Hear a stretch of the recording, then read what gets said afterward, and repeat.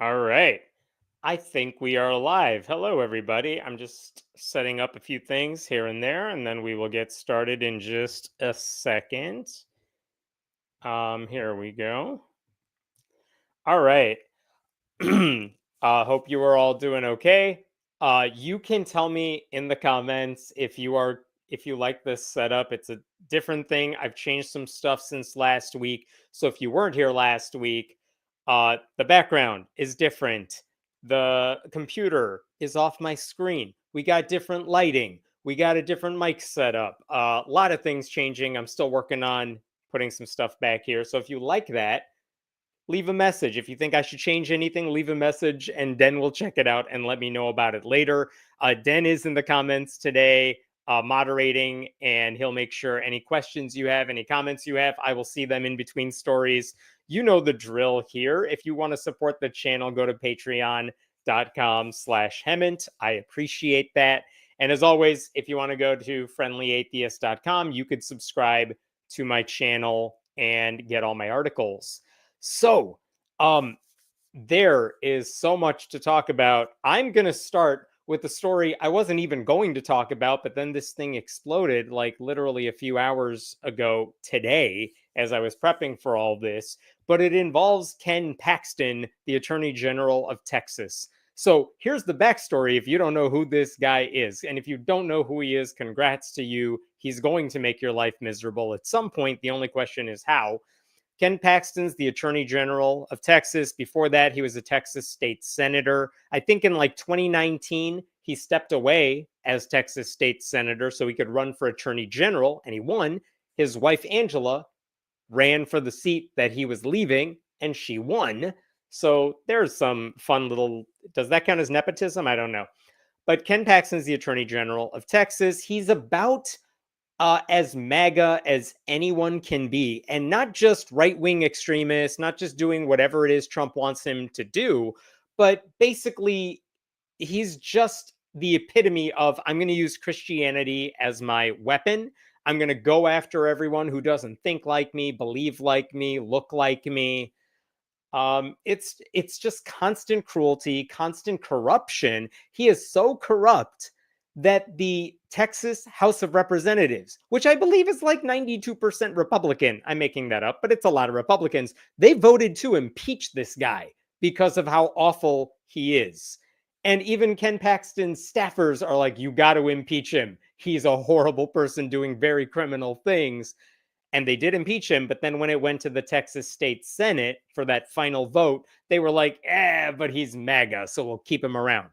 Anyway, Ken Paxton is everything you don't like about Ted Cruz, you're really not going to like about Ken Paxton, which is interesting because the other U.S. Senator from Texas is a guy named John Cornyn, who is also a MAGA Republican, but he's not as like hardcore to the right as Ted Cruz is, in the sense that he doesn't go full on conspiracy theorist. He doesn't go on like right wing podcasts. I don't think he has a podcast. He's just a boring, bad Republican.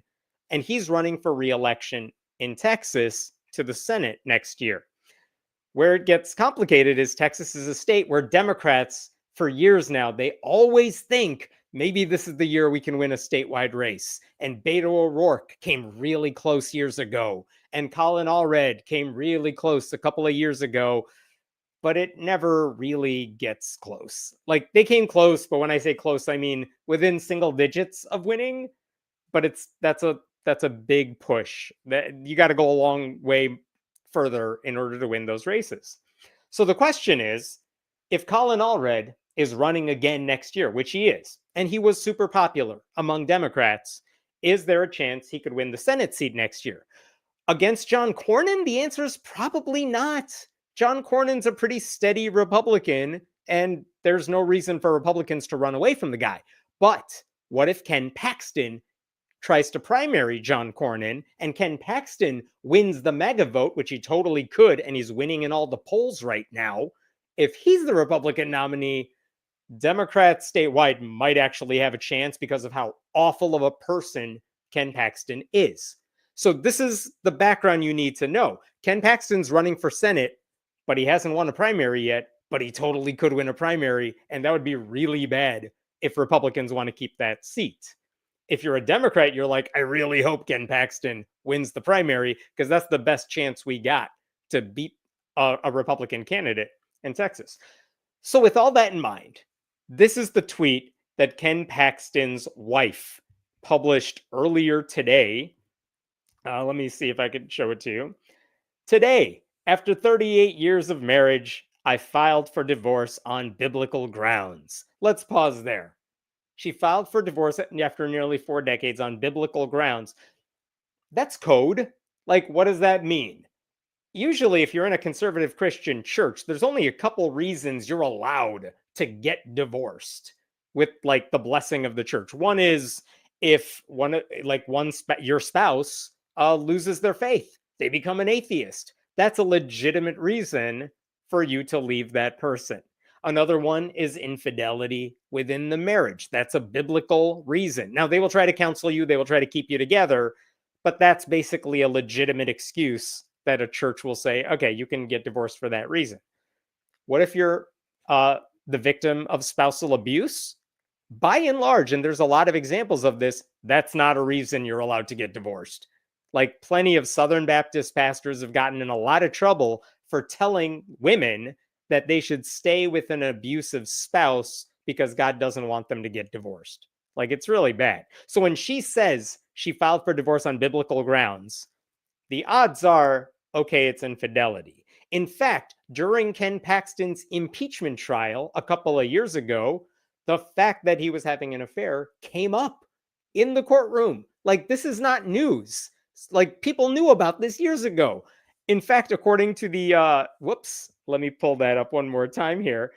In fact, according to the Texas Tribune, if I can find this right here, the person he was with, check this out. The impeachment claims focused on benefits Paxton provided to a real estate developer, as well as an alleged extramarital affair the attorney general had with a former Senate aide. That ended in 2019 after his wife learned about it, then resumed in 2020. It's an open secret at this point. What's weird is that if you go back to his wife's tweet, if she filed for divorce on biblical grounds and it's infidelity, everyone knew about this like 5-6 years ago. Why is she doing this now? I'm not really sure. She goes on to say, I believe marriage is a sacred covenant and I've earnestly pursued reconciliation. But in light of recent discoveries, I do not believe that it honors God or is loving to myself, my children, or Ken to remain in the marriage. I move forward with complete confidence that God is always working everything together for the good of those who love him and who are called according to his purpose. Yeah, that last paragraph does not matter one bit. Okay, so she's filing for divorce. I don't know why she's doing it now when all this stuff has been going on for years, but whatever. If this was a private couple, if this were just two random people, I would not care. In fact, I would argue this is nobody's business. But Ken Paxton has a habit of going after everybody who's not like him and making their personal lives his business. If they are trans, he's going after them. If they have an abortion, he's going after those women. This is the guy who's supporting like the bounty hunter law that says if you know someone getting an abortion, we'll give you money if you rat them out. So Ken Paxton loves making other people's private decisions his personal business and the state's business. So you know what? This gets to be our business now. So in response to that tweet, Ken Paxton also responded today, and this is what he said. After facing the pressures of countless political attacks and public scrutiny, Angela and I have decided to start a new chapter in our lives. I could not be any more proud or grateful for the incredible family that God has blessed us with. Blah, blah, blah. It's the last paragraph. No one cares. But he says, I ask for your prayers and privacy at this time. He doesn't get privacy because other people in his state, when they're going through something difficult and personal, Ken Paxton shoves himself into their lives. And now he wants privacy? Nobody. You open this door. We all get to enter it now. But okay, he admits this is going on. He admits he's getting the divorce. Fine. Interestingly enough, this is also from the Texas Tribune today. The couple stopped living together more than a year ago, June of 2024, according to a copy of the divorce filing obtained by the Texas Tribune. There were a couple other things that were interesting in here. This is about his corruption. Last year, prosecutors agreed to drop a 9-year-old felony securities fraud case against him. He also closed the door on a federal investigation into corruption allegations that his former aides lodged with the FBI, and he overcame a Texas state bar attempt to sanction him because he tried to overturn the 2020 election results. So this is not a good guy. I don't know necessarily what's going on with this family. I don't know how this is going to end. I don't know if this is something like the Cornyn team helped release today. Is his wife doing this to try to sabotage his Senate race before it gets even further? As of now, Donald Trump hasn't even issued an endorsement in the primary. I think he's waiting to see which of those two guys is going to win so that he could say, yeah, I'm totally backing the winner. Because the last thing he wants to do is endorse one of these guys, have them lose, and then he has to backtrack. So Donald Trump is probably just sitting this one out. He wants to support Ken Paxton. Paxton is as corrupt as Trump is, but he's like, oh no, maybe I should wait on this one. I don't know how this ends. One interesting thing to point out, though, regarding this story is that if you look at Angela's tweet where she announced that divorce and you look at the comments underneath, the MAGA crowd is so mad at her. They're like, why are you airing your dirty laundry in public? Why are you trying to sabotage his Senate race? Whereas when Paxton admitted, yeah, we are getting divorced, they're all like, yeah, King, we're behind you. We have you all the way. Very, very MAGA-ish responses. I thought this was pretty telling. This is from just a random right-wing Christian preacher. He's responding to the announcement of divorce. This was caused by complementarianism because the woman wasn't being properly submissive. God did not design or permit women to rule over households, let alone entire states. So we have a senator, because his wife is a state senator, who is often gone from her home and her bed, slandering her husband publicly, claiming the divorce is for loving self, farming sympathy online. I'm not saying her husband hasn't sinned, even grievously, but this screams, I'm a closet feminist, and my husband won't do what I want. Unfortunately, it seems no pastor was willing to tell her, step out of public office, go home, love and submit to your husband, love your kids, and try again. Which, of course, is the worst possible advice to give to someone who is in a very bad marriage. I know it's more complicated than this, but biblical patriarchy prevents the family chaos that often results in divorce. Again, the dumbest possible take from all of this. But that is not an unusual take among the MAGA Christian right crowd. I do like the idea of saying I filed for divorce on biblical grounds, because I feel like you could just say that for anything. I'm ending this marriage I'm sorry. There was another thing she said as well that I wanted to highlight. I want to make sure I can find it before I say it. I will just quote from the Texas Tribune here again. Check out this one last thing right here. I believe marriage is a sacred covenant, and I've earnestly pursued reconciliation. But in light of recent discoveries, I do not believe that it honors God or is loving to myself, my children, or can remain in the marriage. Maybe I missed that in the tweet. This idea that in light of recent discoveries, and I'm divorcing you on biblical grounds. I feel like you could say that for anything you don't want to do. Like, I'm not doing the dishes because in light of recent discoveries, I just can't do it on biblical grounds. We should start using that, I think. All right. I don't know what else to say. It's such a new story that happened. I'm not sure what other what other parts of this are going to drop in the next little bit. But if you have any questions or comments about this before I move on to one of the stories I actually wanted to get to, go ahead and leave them here. Let's talk. Hi, y'all. Texan here. I laughed out loud in an empty room when I read biblical reasons.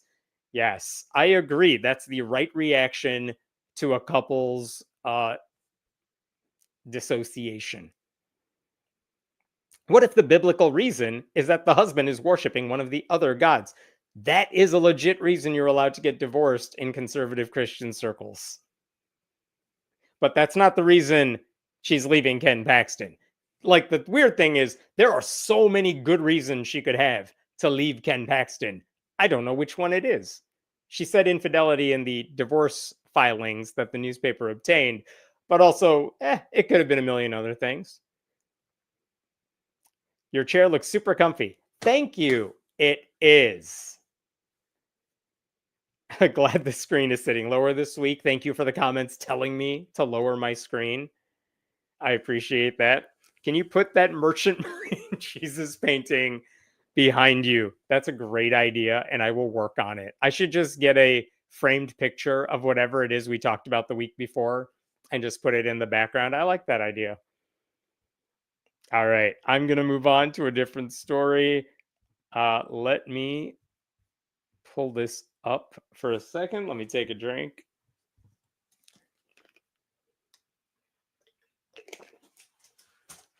Okay.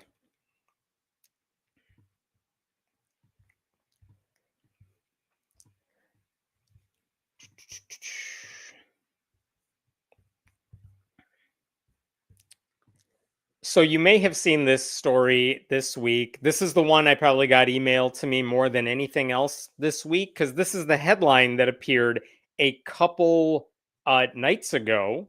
And here it is from the New York Times. IRS says churches can endorse candidates from the pulpit. And yikes, wait, how is that just breaking news out of nowhere, right? This is a story broken by David Farenthold of the New York Times, and Farenthold is most famous for breaking the Access Hollywood story in 2016, the one where Donald Trump says a lot of very inappropriate things on camera. So this guy's good at breaking news, but this was a shock. Like, what just happened? And I think so I can fully try to explain what's going on here. Let me tell you what the Johnson Amendment is, why there was a lawsuit even filed over this, and what this decision now means, what this ruling kind of means moving forward.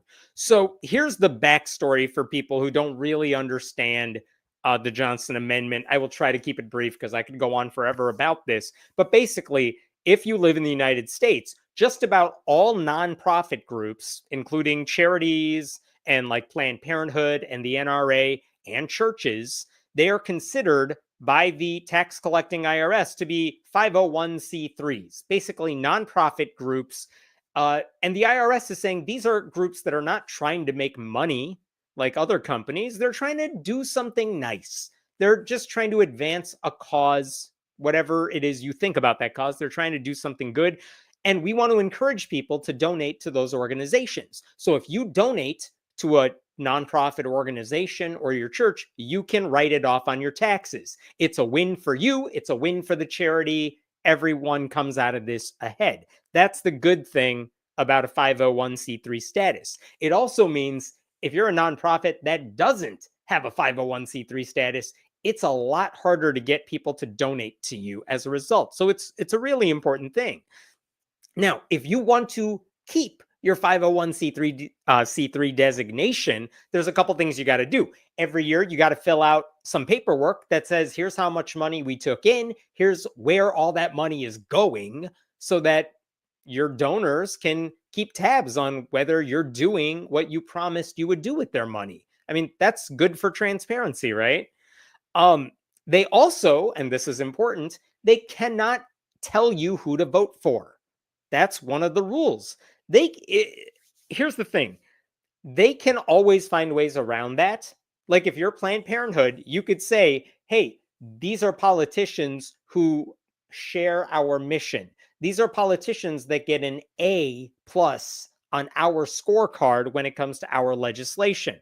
The National Rifle Association can do the exact same thing, but they're not saying, go vote for this person. They're just saying this person agrees with us, wink, wink, nudge, nudge, right? But they do that because they can't just tell you who to vote for.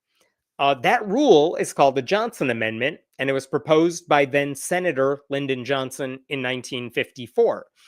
Now, the thing about the 501c3 rules is that if you're a house of worship, a church, a mosque, a synagogue, you actually get a really sweet deal, an even sweeter deal than regular charities, because you automatically get a tax exemption. You automatically become a 501c3. You don't even have to fill out paperwork. I worked for a nonprofit that was launching, and it took us like 8 months to get a green light from the IRS to move forward. They don't even have to do that. So, point for the religious groups. And also, they don't have to fill out the paperwork that says how much money is coming in and where it's going. Churches do not have to be transparent about what money is coming in and how much is going out. And that is also important. Atheist groups, church state separation groups have tried to sue because that's preferential treatment for religion. It hasn't worked. But that's where we're at. And despite how good it is to be a church under our tax code, a lot of conservative pastors have said these rules are too hard on us specifically because they don't get to tell everyone in their congregation how to vote. They've actually tried to tempt the IRS into revoking their tax exempt status so that they can file a lawsuit over it, so that they can overturn the Johnson Amendment. In fact, for several years when Barack Obama was president, there was a real big push for this by the evangelical right. There was something, you can Wikipedia this, Pulpit Freedom Sunday, where a lot of pastors would not only tell their congregations who to vote for, they would send video of themselves doing it to the IRS, basically saying, come at us, we dare you. And the IRS, as far as we know, never did. The IRS had every reason to revoke their tax exemptions. They never did it. And the truth is, for the past several decades, as far as we know, the IRS has virtually never taken away a church's tax exempt status because they endorsed a candidate. In fact, in the 70 years since the Johnson Amendment was implemented, literally one church that we know of, one ministry that we know of, has lost their tax exempt status. And that was in like 1992 when a Christian ministry ran full page newspaper ads telling people to vote for Bill Clinton. At that point, the IRS is like, all right, this is a little too far. You don't get to keep your tax exemption anymore. And that's it. After that, as far as we know, they've done absolutely nothing. Now, when Donald Trump came into office the first time and the Christian right helped prop him up to that position, not only did the violations get more egregious with more pastors telling their congregations to vote for him, it looked like it was just a free-for-all. Because at that point, everybody knew the IRS isn't doing jack shit about this. Now, Trump, when he got into office, he repeatedly claimed he repealed the Johnson Amendment, like through an executive order. He was lying because that's what he does. And pastors don't care if you lie in the name of whatever the hell they want. So for the past several years now, you've just seen a lot of conservative churches telling people who to vote for. I will admit, there's a few churches that have endorsed Democrats. A handful have openly endorsed, like Kamala Harris in 2024. But if the IRS were to actually enforce their own rule, it would hurt conservative Christian churches way more than like historically black churches. You know what I mean? So I will say one more thing about the past, which is that in 2022, ProPublica and the Texas Tribune ran this huge article basically trying to get to the bottom of, does the IRS do anything about these churches? And what they found is that even though more and more churches were endorsing candidates, the IRS not only wasn't taking it seriously, they would say, sure, we're looking into it. But there was no record they were actually doing it. And then they were playing coy. They're like, we can neither confirm nor deny if we're investigating this church, as if this is a CIA operation. It's like, just tell us if you're investigating this church. That's not that hard to do. One of the reasons this is such a big deal is that if churches can tell people who to vote for, and churches get the benefit of not having to report how much money comes in and how much goes out, imagine what that does if you're a Republican donor who has hundreds of millions of dollars at his disposal. Normally, if you want to donate to a candidate, they have to tell the Federal Elections Commission that they got a big donation from you, and it becomes public record. And that's why super PACs are a problem, because it kind of hides who's given how much money and all that stuff. But if churches are allowed to play politics, there's a lot of rich people who could donate a lot of money, not hundreds of millions of dollars, but millions of dollars. They could just give it to their church. The church could use that money to help get out the vote for that candidate that they are supporting. And there's no public record of who donated, how much was donated, how that money got spent. So, as Andrew Seidel of Americans United for Separation of Church and State has said, the IRS, by not enforcing the Johnson Amendment, they are essentially creating super PACs that are black holes because no one knows what's going on anymore. Okay, so the IRS isn't doing anything about the Johnson Amendment. That's where we were at, like, as of last week. Then we get to this lawsuit. So earlier this year, there was a group of Christian ministries, specifically the National Religious Broadcasters, the Intercessors for America. Intercessors are people who pray for others to get better. So Intercessors for America. And then two very random Texas churches, they filed a lawsuit against the IRS. And basically what they said is, we all really want to endorse candidates, but the IRS is stifling our free speech. And again, this is all BS because one, you can do it. You can endorse a candidate. We all know the IRS isn't coming after you. But two, like, why are you picking these two random churches? And the answer is, if you get those two churches on your lawsuit, you can say, well, we got to file this lawsuit locally to where those two Texas churches are located. And in that district where those churches are located, there are only two federal judges who might hear their case, and they're both appointed by Donald Trump. So that's the corrupt way they are trying to jam this lawsuit through. And they argued like their free speech. They argued this is a religious oppression, what have you. And this is why this is all news now. Okay. What happened this week, I will share this with you here so you could see this. What David Farenthold of the New York Times found is that the two sides had entered this consent judgment. And basically what this is the two sides, the IRS and those Christian ministries, they basically came together and said to the judge, hey, judge, before you rule on this, because you haven't done it yet, we basically got together and we agreed on a way forward. And we're willing, if you just sign off on this agreement, we're willing to just drop this whole case. So what does their agreement say? What the agreement says, and let me make sure I can find this for you here. Check this out. This is the top of number 7. When a house of worship in good faith speaks to its congregation through its customary channels of communication on matters of faith in connection with religious services, concerning electoral politics viewed through the lens of religious faith, it's not participating or intervening in a political campaign as we know those words. And what they're saying, what the IRS lawyer is saying is the Johnson Amendment says you can't participate in a campaign or intervene in a campaign. What we are saying as the IRS is, if you're delivering a sermon and you say, you know, in this church, we're a pro-life church and there's only one pro-life candidate on the ballot and it's the Republican and you should all go vote for the Republican, that doesn't violate the Johnson Amendment. That's what the IRS is saying here. In fact, look at the bottom of the bottom of this page.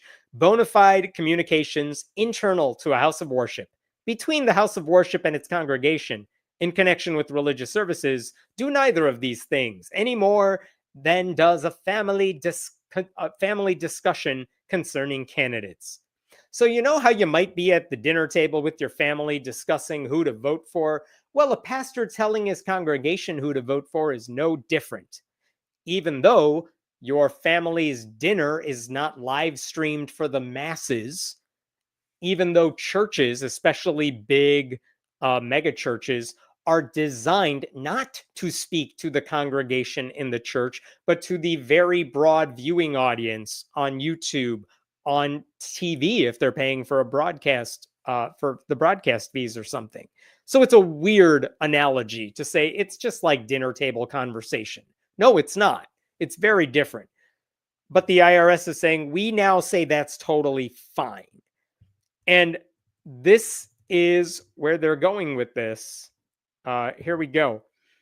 For many houses of worship, the exercise of their religious beliefs includes teaching or instructing their congregation regarding all aspects of life, including guidance concerning the impact of faith on the choices inherent in electoral politics. So interpreting the Johnson Amendment to reach such communications would create serious tension with the Establishment Clause, blah, blah, blah. They're saying the Johnson Amendment, the way everyone has been interpreting it for years, gets in the way of their religious freedom, which is absolutely ridiculous. And the end result here is they say this at the very end, and this is the kicker, number 11. Accordingly, the parties, the IRS and the ministries, request this court enter the attached proposed order enjoining defendants and everybody else from enforcing the Johnson Amendment. They are saying, we want the IRS to not be able to enforce the Johnson Amendment against these churches based on speech by a house of worship to its congregation in connection with religious services through its customary channels of communication on matters of faith concerning electoral politics viewed through the lens of religious faith.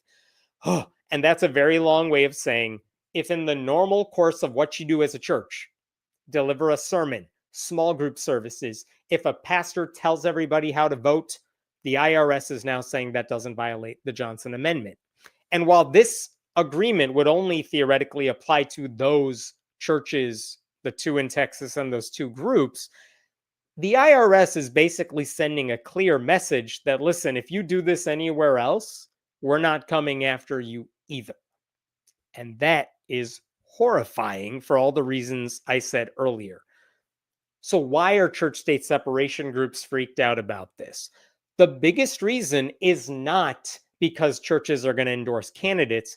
It's because the IRS is basically telling the richest people in the country, if you want to donate money to support a candidate, don't give to their political campaign where it's public, give it to a church where no one can track you. That's the scariest thing about this decision. So what's going to change? There's a couple ways of looking at this. One is that I don't really think much is going to change between like this year and next year with midterms. Do I think way more churches are going to endorse candidates? The answer is no. I really don't think a lot's going to change. I think some churches will feel pressure that they got to play politics. But by and large, I think everyone already knew the IRS is not coming after you, so go ahead and do it. So they were already doing it. I mean, I've made many videos where I showed you clips of churches endorsing school board candidates, local House or Senate candidates, things like that. They don't care. I do kind of feel bad, but not really, for some Christian pastors who are now going to get criticized by their own congregations if they don't talk about politics. Because imagine this, next year's a midterm year. As it gets closer and closer to November, imagine it's like mid-October and this pastor gets up there and says, you guys, I want to talk about what Jesus said in the Gospels. And the whole church rebels because they're like, we don't want to hear about giving to the least of these. We want to hear why we should vote for a Republican, because who the hell cares about this Jesus stuff? Why are you wasting our time with that? You should be endorsing a candidate because you have the freedom to do that. And you're actually a bad Christian if you're not doing that at this point. There are pastors who have already said that with Trump in office, their congregations have gotten more MAGA-y, and they expect to treat church like a Trump rally every week. And if you're not pushing conservative talking points, they see church as a waste of time. And now a lot of those pastors, if they haven't left already, they're going to be pressured to be even more political. I do not think more Democratic churches are going to do this, but they could. Why not at this point? I mean, so that's another thing.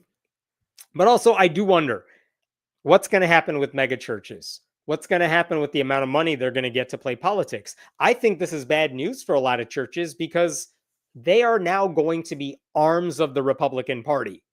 They're not going to be able to talk about Jesus even if they wanted to, because they will be expected to cede their platform to candidates who want to make a stump speech before, like on a Sunday morning before the main service.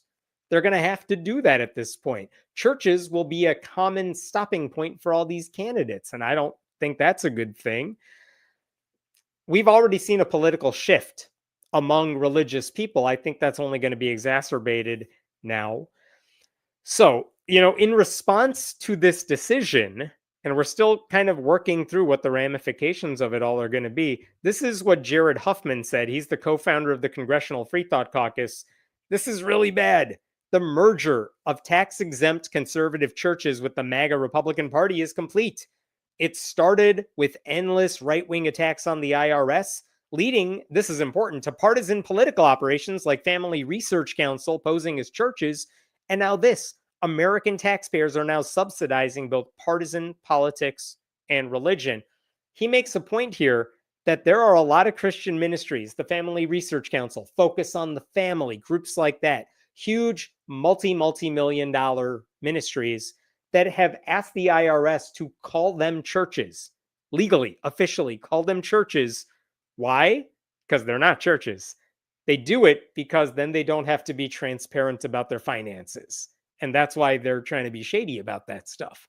And this is only going to make more groups try to call themselves churches because now they get to play politics along with it. So that's scary. Was there anything else to say about this? This is interesting. So that decision, if the judge approves that joint agreement, it basically says churches are allowed to play politics. But what about Planned Parenthood? What about other secular nonprofits?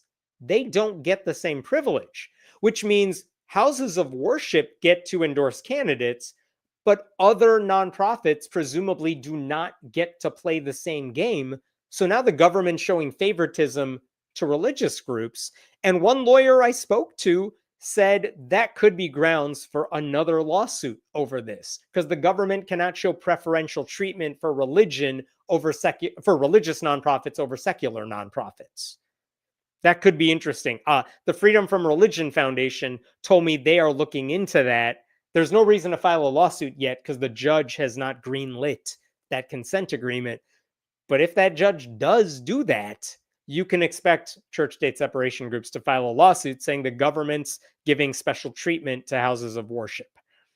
So that's scary, disturbing stuff. I don't know what else to say about it. I'm going to pause there for now. What questions do we got? Now the church is indoctrinating kids on religion and politics. Awesome. Please excuse me while I bang my head against the wall. Hey, look, way ahead of you. I do wonder how much of this is going to seep into Sunday schools. Like, at least in Sunday school, you expect them to spread religious bullshit just like they do in regular church, but you expect them to spread like Adam and Eve and Noah's Ark and BS like that. I wonder if Sunday schools too. Do you ever see that documentary Jesus Camp where they showed kids like basically praying to a cardboard cutout of George W. Bush? Like, I wonder how much politics seeps into Sunday schools at this point, and if parents are going to be mad if Sunday school or Vacation Bible School doesn't also get more political. Sure would be nice if these churches use that kind of money for actual good. Oh, they are so past that now. I mean, in the past, a church's idea of spending tithe money in a good way is sending a bunch of like white girls to Africa so they can get pictures for Instagram. And now, what are they doing now? And this is sad because I want to be clear. I'm well aware that there are lots of churches that do food banks and actual medical help overseas, like legitimate medical help overseas. And that is all wonderful. And I also think government should be doing that too. But in a lot of ways, I wonder who's going to be screwed over more. I wonder if those churches that actually use money to help other people, I wonder if they're going to be pressured to do more political stuff and they're going to ease away from doing actual good stuff. But also, if you're using a lot of that tithe money to endorse a candidate who is, bottom line, probably a horrible person doing very bad things, what the hell are we even doing in church? You know what I mean? Someone brought this up. Sorry, I'll come back to that question in a second. Voluntourism is what they call that. What was that question, Dan? Churches used to do mostly charity work. Now it's mostly a for-profit enterprise. That is true for some of them, and a lot of the big ones, for sure. I want to be clear. I'm well aware there are plenty of churches that do very, very good, respectable things with their tithe money. But when you see decisions like this, the ones that are larger, the ones that have way more money, who never have to worry about money, they're the ones that are going to end up playing politics with all this. The Johnson Amendment has been at a stalemate. Does this give us a reason to push back and fight for taxation? Says Den. I assume you mean, should we like tax the churches and all that? First, you're not going to get the votes for that anytime soon. And I've said this before, secondly, which is that I do not believe nonprofits in general should be taxed. I like that they are nonprofit. I like that they get tax exemptions. But I do think all of them, including houses of worship, should have to play by the same rules. And that means filing the paperwork that says this is how much is coming in and where that money is going. We should know how much, like, I already could find out how much money the executive director of any nonprofit makes, because those are public records. You can go check that out for yourself using Charity Navigator or GuideStar. But there are a lot of megachurch pastors who not even their own congregations know their salaries because they don't have to report it anywhere publicly.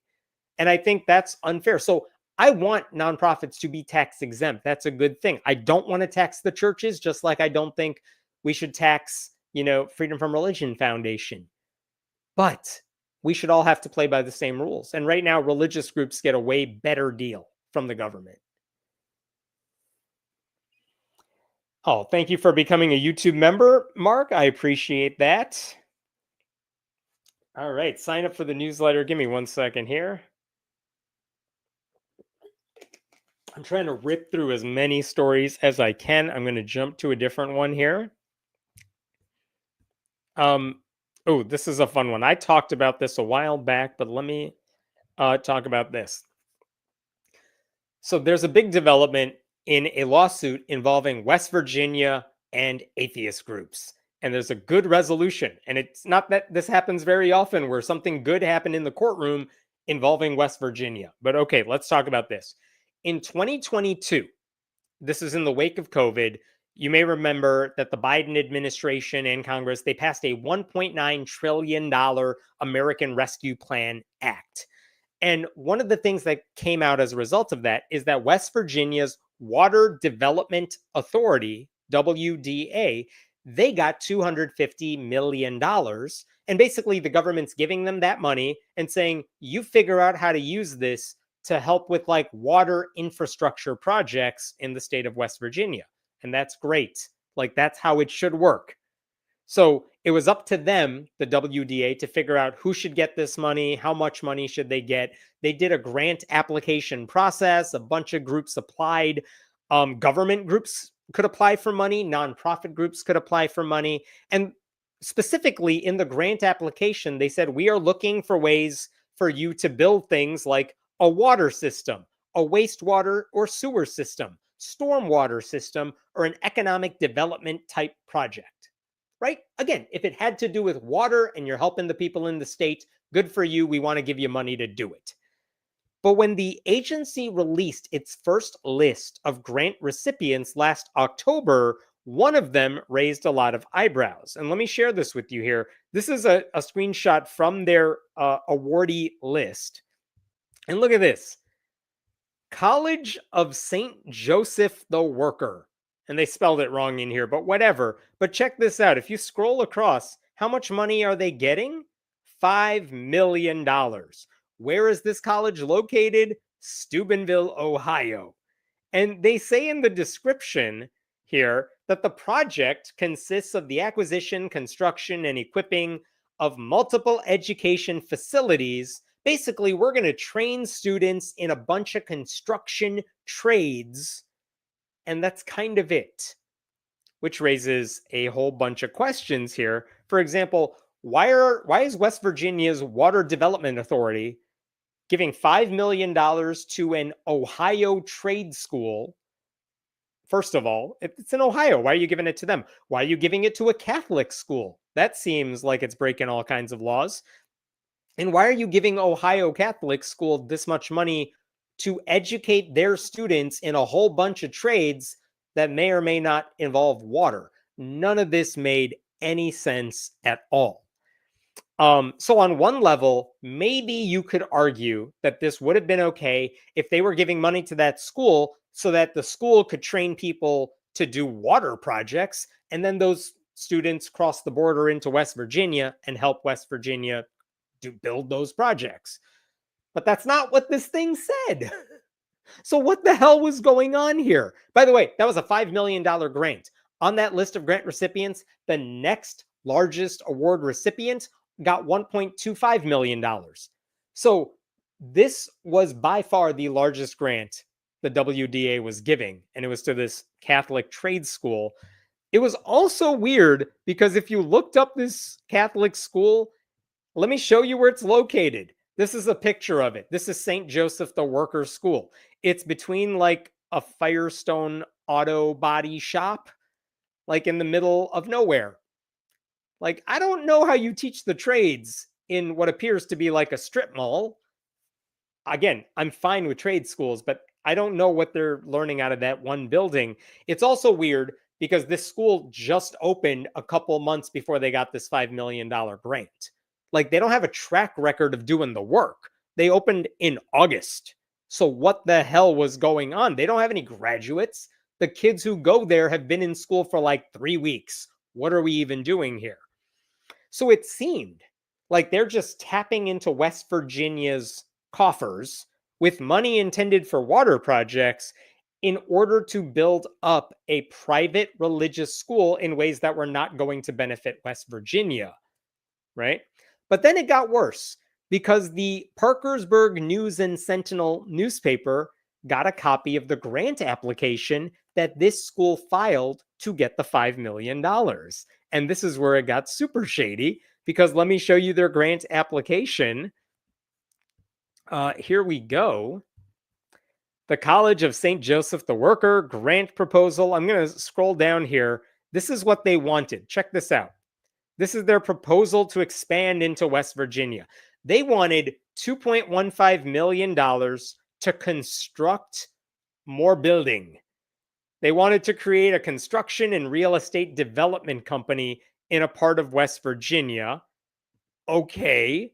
What else did they want? They wanted $1.65 million to recruit West Virginia students through scholarships and to help them pay for dorms, with the expectation, they said, that 20% of them would probably return to West Virginia after they graduate a long, long time from now.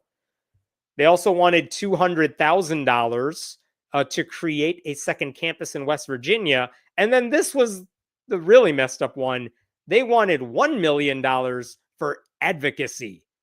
What the hell did they want to advocate for? Well, they told us they wanted to create a bioethics facility. They wanted to create a bioethics certificate in the fields of in the medical and psychotherapy fields. And they also want to build a research center in West Virginia to support broadly life-affirming policy in West Virginia. They wanted $1 million to build a pro-life think tank in West Virginia. What the hell does any of this have to do with water? Right? Like, I don't understand. I don't understand the grant application that goes to the water people and says, yeah, but we really don't like abortion. And then the state gives them all the money they requested. What? I've applied for very small scale grants, and every time the response is, we might give you something, but it's like a quarter of what you asked for. These people are asking for millions of dollars for stuff that has nothing to do with what the organization does. And the state's like, yeah, you can have everything you wanted, no questions asked. Didn't make any sense. So, and by the way, the last thing to tell you is that they got $5 million in this grant. Their entire budget at this school, like all the money they had altogether, was like $2.5 million. So they literally like doubled their budget with this grant award. Okay, so all of this happened. The American Humanist Association, with help from lawyers at the ACLU of West Virginia, then sued the water group. They sued the Water Development Authority earlier this year. And in their lawsuit, the biggest thing they called out was something in the West Virginia state constitution. And this is what it says. Part of the West Virginia Constitution, it's kind of like the First Amendment of the US Constitution, but it's so much more specific and restrictive. The religious freedom is guaranteed. No man shall be compelled to frequent or support any religious worship, place, or ministry whatsoever. No one in the state can be forced to support a ministry. The legislature shall not prescribe any religious test, whatever, or confer any peculiar privileges or advantages on any sect or denomination. Basically, what they're saying is taxpayer dollars cannot go to fund religion, otherwise it violates this law. So this is what the American Humanist Association was basically arguing. They said, and I'm quoting from their lawsuit, tens of thousands of West Virginians wonder each day where they will get their clean water, as it does not run out of the taps in their homes. In this case, blah, blah, blah, the $5 million to the College of St. Joseph the Worker, by giving them the money, the defendants in this case violated the guarantee of freedom from religion codified in the West Virginia Constitution. And what they said is the grant fund that West Virginia, the $250 million grant fund, you can't use it to promote religion, but that's exactly what they were doing when they gave this particular Catholic school the money. And they actually said at the time, no one should have to pay taxes to fund someone else's religion. This attempt to force West Virginia taxpayers to fund religious activity is an offense against the Constitution and common sense. And by the way, one interesting twist to all this is that this case was assigned to a circuit judge named Richard Lindsay. Maybe you have not heard of him. Who is Richard Lindsay? He had just gotten elected to that judgeship in November. From 2018 to 2022, he was one of the only Democrats in the state Senate of West Virginia. He ran for re-election in 2022. He lost his re-election bid, and then he decided to run for circuit court judge, and he won. He's the guy that got this case assigned to him. So, like, if anyone understood church-state separation, maybe it was this guy. And so why am I telling you all this? Because this week, the American Humanist Association made this announcement. Check this out. This is from their website. Victory. Court rules grant to out-of-state Catholic institution violates West Virginia Constitution. And if you go down here, a couple important things. The West Virginia, I should tell you this. There is no written ruling of what the judge said. Basically, the judge announced from his seat, here's what I'm going to do. And everyone's scrambling to take notes. And he's going to file his written order later. We do not have his written order. And this actually led to some confusion because everyone was trying to figure out, well, what did the judge say? I will explain to you as best I could what the judge said based on what I've read in the media and what the American Humanist Association told me directly in a phone call. Basically, what we have heard is that according to what the judge said, remember, there was $1.65 million to build new buildings to expand this school. The judge said, you cannot do that. That is promoting religion directly. Absolutely not. What about the $1 million for conservative advocacy? He said, no, I'm sorry. I want to take this back. Dan, you're going to find the timestamp and I'm going to redo that. What the judge said is that the money that was supposed to be spent to recruit students and get them into the school, that's directly promoting religion. You cannot do that. The $1 million that was spent to do conservative advocacy, anti-abortion, stuff like that, you absolutely cannot do that. That's unconstitutional. Now, if you want to build new buildings, including in West Virginia, because you're teaching students trades, that could help them build water stuff, maybe you can get away with that. And the judge has now given the WDA 30 days to prove to him that what they're doing is not unconstitutional. So basically, the judge says half the money. No, you absolutely cannot give that to the Catholic school. That's unconstitutional. The rest of the money, you still got to convince me why I should let that slide. And so that's where we are right now. Not all of it has not been declared unconstitutional, but a good chunk of it has been declared unconstitutional. And we're waiting to see where the WDA goes from here. I happen to think the easiest thing to do is for the group to say, all right, you know what? We screwed up. We're going to take back the $5 million. We'll give it to a local group that deserves it. I don't think they're going to do that, but that would be the easiest thing to do. The other thing to point out is that according to one local news report that I saw, the $5 million they said was already given to the school last October. So at this point, the WDA would have to like claw that money back. And I don't know if they're going to be able to do that, but I don't think the school has spent all the money yet. So it shouldn't be that hard. We will see. But again, huge victory for church-state separation. It's not the final word yet, but it's pretty close to it. So excellent news for once. Happy to take questions.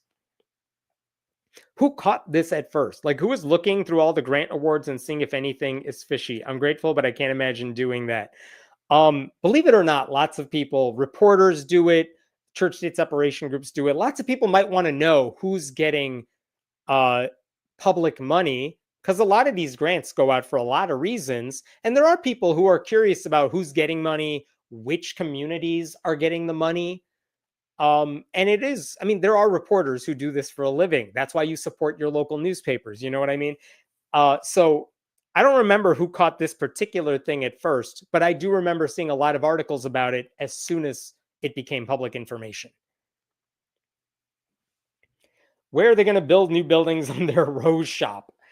They're not going to build them right next door to where they're located now. They would theoretically build new buildings at another site in Ohio, another site in West Virginia. I don't know where. That part is not going to be that complicated. The question is, why should the water authority give them the money to do that? Why can't they just take that out of their donors or tuition fees? All right, I'm going to jump to a different story. Give me a second here. Let me close a million tabs before I move on.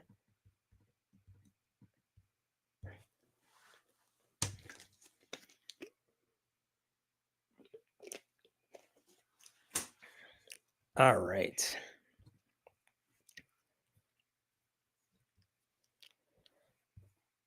Okay. This is a very disturbing story. There's a video involved here. It involves this guy. His name, it says Archie Mandrite. I don't know what title that means. He's basically a priest. His name is Alexis Rosentool. And this guy was a priest working in the Australian and New Zealand diocese of the Russian Orthodox Church outside of Russia. That is the actual name of the denomination, the Russian Orthodox Church outside of Russia. And in 2022, that dude was arrested and charged with very disturbing things. He was charged with sexually assaulting two men in the 1980s and then doing the same to a child 2 decades later in the aughts. So that's very disturbing. Now, the thing about Australia and New Zealand is if you are charged with a crime, and don't ask me about the specifics here, I apologize if I get it wrong. A lot of times when someone is charged with a crime and it's a high profile situation, they basically say you're not allowed to name the suspect in news stories because you don't want to taint the jury pool. So after this guy was arrested, no one can really talk about what happened because he hasn't been convicted of anything yet. But it turns out there was a right-wing Russian propagandist who started talking about this because he heard it was this guy who got arrested. And despite being like a Putin propagandist, he didn't like this guy at all. And he didn't like what this guy was charged with. So he started talking to his live stream audience, which is huge, and telling them it was this guy and this is what he got charged with. And at that point, he actually got in trouble for that. The authorities knew this guy is so popular that by him talking about it and presuming this guy is guilty, you're not giving this guy a fair trial. So they actually punished him for it. The YouTuber was sentenced to 10 months in jail, this Russian propagandist dude. And then after he was paroled months later, he actually feared he was going to end up in jail for other crimes. So ever since then, he's been hiding in the Russian consulate in Australia. Tangential story, but just going to put that out there. Anyway, about 2 weeks ago, the criminal trial for this priest finally ended, and he was found guilty of those heinous crimes I mentioned earlier. So now he's guilty. He's been convicted of these crimes. Now the public can talk about it. And that meant the gag order was lifted. And at the time, the leader of the Australian and New Zealand Diocese of the Russian Orthodox Church outside of Russia, he issued a statement as soon as that conviction came through. You could see the date on it up there, June 27th. And he basically says, "Dear clergy, we write to you with heavy heart to make a public statement to acknowledge and unreservedly apologize for crimes of sexual abuse committed by Rosentool, a priest who served in our community for many years." And I just want to point this out. Look at this bit. The leadership of the Russian Orthodox Church outside of Russia seeks to state for the record, to the survivors and their families, we offer our deepest, most sincere apology. No words can adequately express our sorrow for the harm caused, nor can they undo the impact done. We specifically apologize for the abuse and profound trauma caused, any action or inaction to respond appropriately and mitigate the abuse or trauma caused, and the breach of trust and faith this represents to you and the entire community. Which, and by the way, he also announced how the church would take steps to make sure this sort of thing never happened again. I got to say, as far as responses to these kinds of convictions go, that one is not bad. But then, like about a week ago or 2 weeks ago, the archpriest of the church where Rosentool worked delivered the first sermon after this dude's conviction. The archpriest's name is Boris Ignatievsky, and he delivered a sermon, and he basically pointed out there are a lot of people who still support Rosentool, and they think this is an unfair attack on their former priest. But other people are very shocked by the verdict, and they're mad at a man they once trusted. And I want you to hear what this guy said to his congregation. I will tell you, I'm going to play you a video in just a second. I have sped it up about 2 times as fast because this guy talks really slowly and he speaks in Russian, so you're just going to have to read the subtitles. Напоминает мне о том, что сейчас мы все стоим перед большим искушением лишить осужденным наших ближних и даже священнослужителей. На этой неделе вышел документ из нашей епархии, в котором владыка Георгий оповестил Пасху о совершении суда над архимандритом Алексеем Розентулом. Многие из вас этот документ уже прочитали, я не буду вдаваться в детали. К сожалению, это печальное событие уже разделило нашу епархию на тех, кто за и кто против. И это само по себе отрицательное развитие. Но самое плохое – это то, что и та, и другая сторона впали в искушение грешить осуждением. Будьте осторожны. Словами нашей церкви, осуждение является видом гордости и поэтому является одним из тягчайших грехов. Судить священников – не ваше дело. Овцы пастыря не судят, каков бы он ни был. Судить священников значит судить самого Христа. Изо всех сил всего берегитесь. Ухо своего не поставляй, чтобы услышать плохое о других. Но будь снисходительным, жалей людей, и жив будешь. Братья и сестры, послушаем же голос от церкви. Мы ее члены, и наше темное осуждение, осуждающее око будет темным пятном на нашей святой церкви. Да не будем участники такого зла. To judge clergy is not for us. Sheep do not judge their shepherd, irrespective of who he is. To judge clergy means to judge Christ himself. So be very, very careful. Brothers and sisters, let us listen to the voice of the church as we are its members, so that our dark, judgmental eye does not leave a dark stain on our one true, holy church. God forbid that we should participate in such sinful acts. Amen. So, I know that was a little fast, but basically in both Russian and English, what this guy said was the sheep do not judge the shepherd. To judge a priest means to judge Jesus Christ himself. And so he's basically saying, yeah, this guy got convicted for the worst possible crimes, but you can't be mad at him about that. Don't you dare condemn him. That's like condemning Jesus. Here's an alternative thought. Yeah, everyone can condemn this guy. Rosenthal wasn't just accused of this stuff, he was convicted of it. So the church didn't prevent that stuff from happening over the course of decades. I don't think they deserve forgiveness now. And Rosenthal definitely doesn't deserve the benefit of the doubt at this point. Like the idea that a religious leader or any leader ought to be immune from condemnation is ridiculous. And to make that argument under the cloak of religion is even worse. Like protecting predators because they are priests, that's what the Catholic Church has gotten in trouble for. And the Mormon Church and Jehovah's Witnesses. Like that's what they were doing for decades, and that's why people have problems with them. One of many reasons. To hear someone make that exact argument today, that is appalling. And later on, when he was asked about, like, what the hell did you just say? When the Sydney Morning Herald asked that guy about that, he said, I'm not talking about Rosenthal. I'm talking about other clergy members who got wrapped up in this story. Like, no one should condemn those guys. But, like, dude, we heard you. You were talking about Rosenthal. So you're lying at this point. And then, separately from all that, this is another thing. This isn't pertinent to the story, but I think it's interesting. In Australia, if you set up a church, you still got to register it with the state. And there is a website where you could see like registered charities. And this dude, Rosenthal, after he was like, before he was arrested, but after people knew he did a really horrible thing, he set up shop in a different city and launched this ministry, the Holy Transfiguration Monastery of Bambala Incorporated. And you could see, like, they have to list their annual reporting about financial statements and everything, because that's how you're supposed to do it. But I want to scroll down to this one thing down here. Look at the documents. They also have to file governing documents, or maybe if you're at a nonprofit, you have to file your bylaws with the country. And this one is dated June 25th, 2025, which is like a couple of weeks ago, even though this church was launched, as you could see right above there, in 2014, 2013, 2014. Why is the governing document brand new? And the reason is they had a much older governing document on that website. But as soon as this dude got convicted and publicized, that church took down their old governing documents real fast and they put up brand new ones.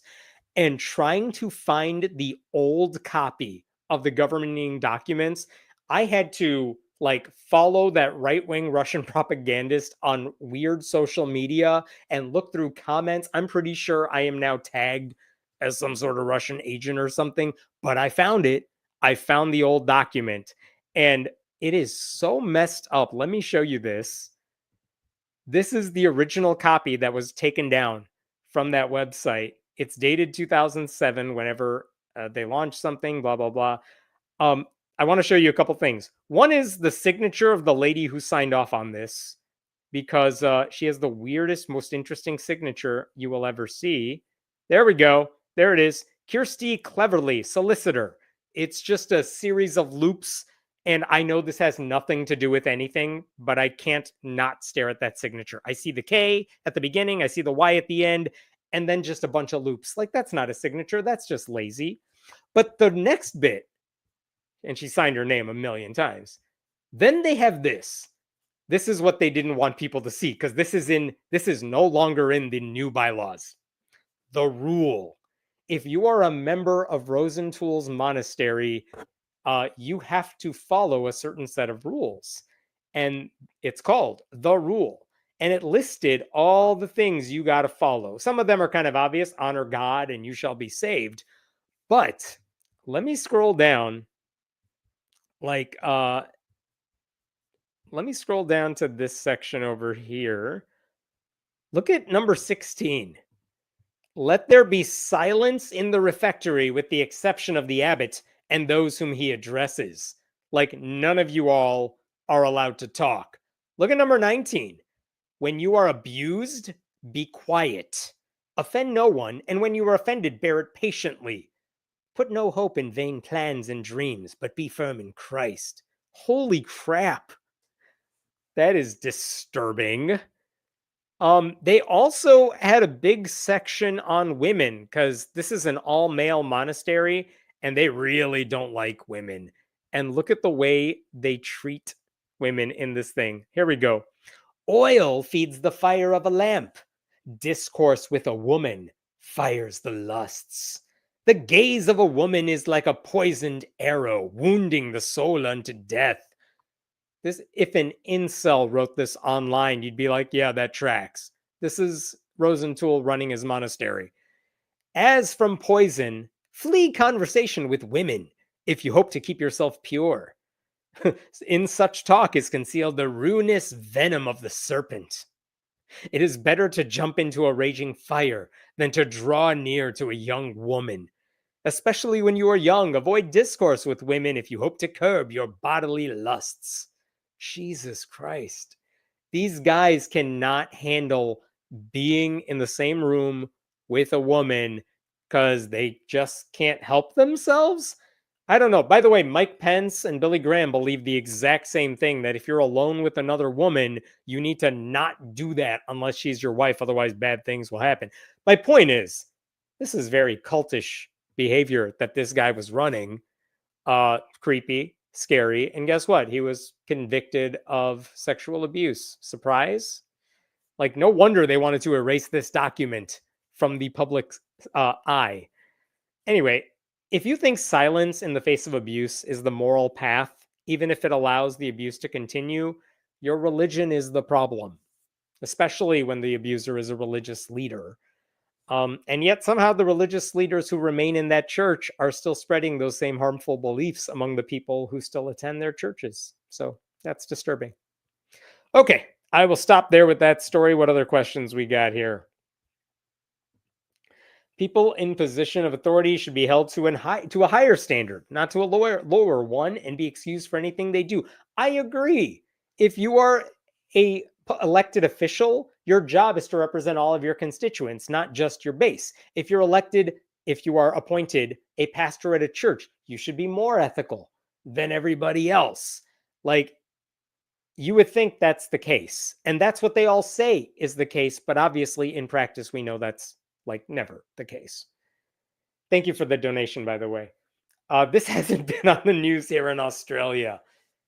Well, then, Australia, you just have to follow me. I will say I got a lot of my information for this story from some Australian media outlets like the Sydney Morning Herald. So some of them are covering this, even if not everyone is. Honestly, for a church apology, that's pretty damn legit. I totally agree, which is why it was so shocking to watch that video of that church leader basically saying, yeah, you can't condemn us at all. This is like how the J-Dubs, Jehovah's Witnesses, argue that if their church is sued for its crimes, then it'll make Jehovah look bad. Yeah, there's a big campaign of silence in the face of abuse that a lot of those Jehovah's Witnesses, Mormon church, they do this a lot.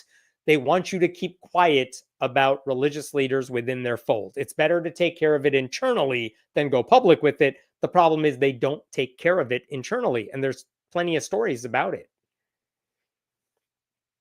How old is this crap you are reading? I assume you're talking about The Rule, because it looks like it was written 3,000 years ago. And the answer is no, it's less than 20 years old.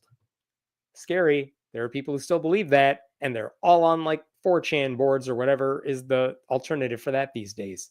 Twitter. All right, I'm jumping to a different story. Let's see.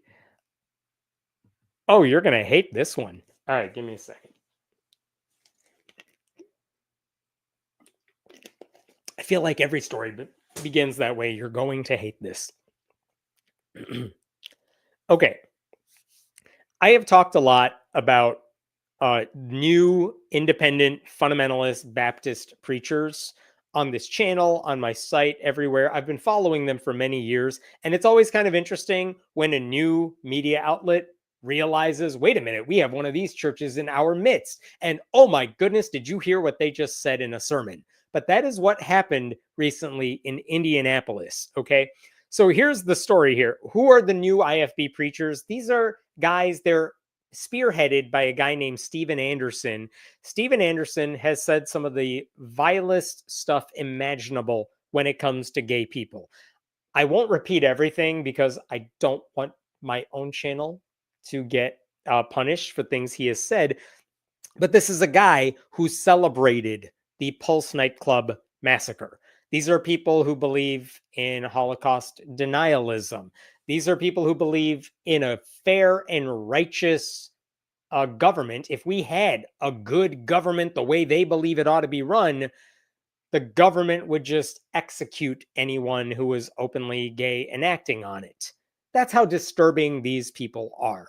And they have said this for years, and they've made videos about it, and it's awful every single time.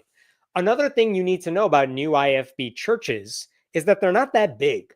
Like, they all are very small churches that can't even afford to build their own church. They always seem to rent out space in like a local strip mall somewhere, and they don't care. And the reason is, even if their own congregation has like, I don't know, let's say a dozen members, they're not interested in speaking to the members who come during one of their services. What they do is they set up a video camera like this, and when they preach, they're preaching to the camera, not to the people in the audience, because they know that their biggest following when they deliver these anti-LGBTQ diatribes is not to those people in the audience, but to the extremists who are watching on YouTube, before they got banned from YouTube in some cases, but on other alternative sites like Rumble or Facebook or anything else that hasn't banned them yet.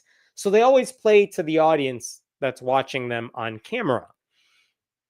So like I said, Steven Anderson is the ringleader, and the way there's no seminary or anything to become a leader. You just attend one of their churches, and if you're a good man, only men are allowed to be preachers in their church, then the pastor basically says, poof, I anoint you pastor. Now go set up shop in another city far away from me. And that's kind of how they spread the stuff that they do. You may recall, if you follow this channel for a while, that last summer, about a year ago, I actually met in person with two of these new IFB preachers because they were in my area. And I'm like, hello, it's Hemant. Want to chat?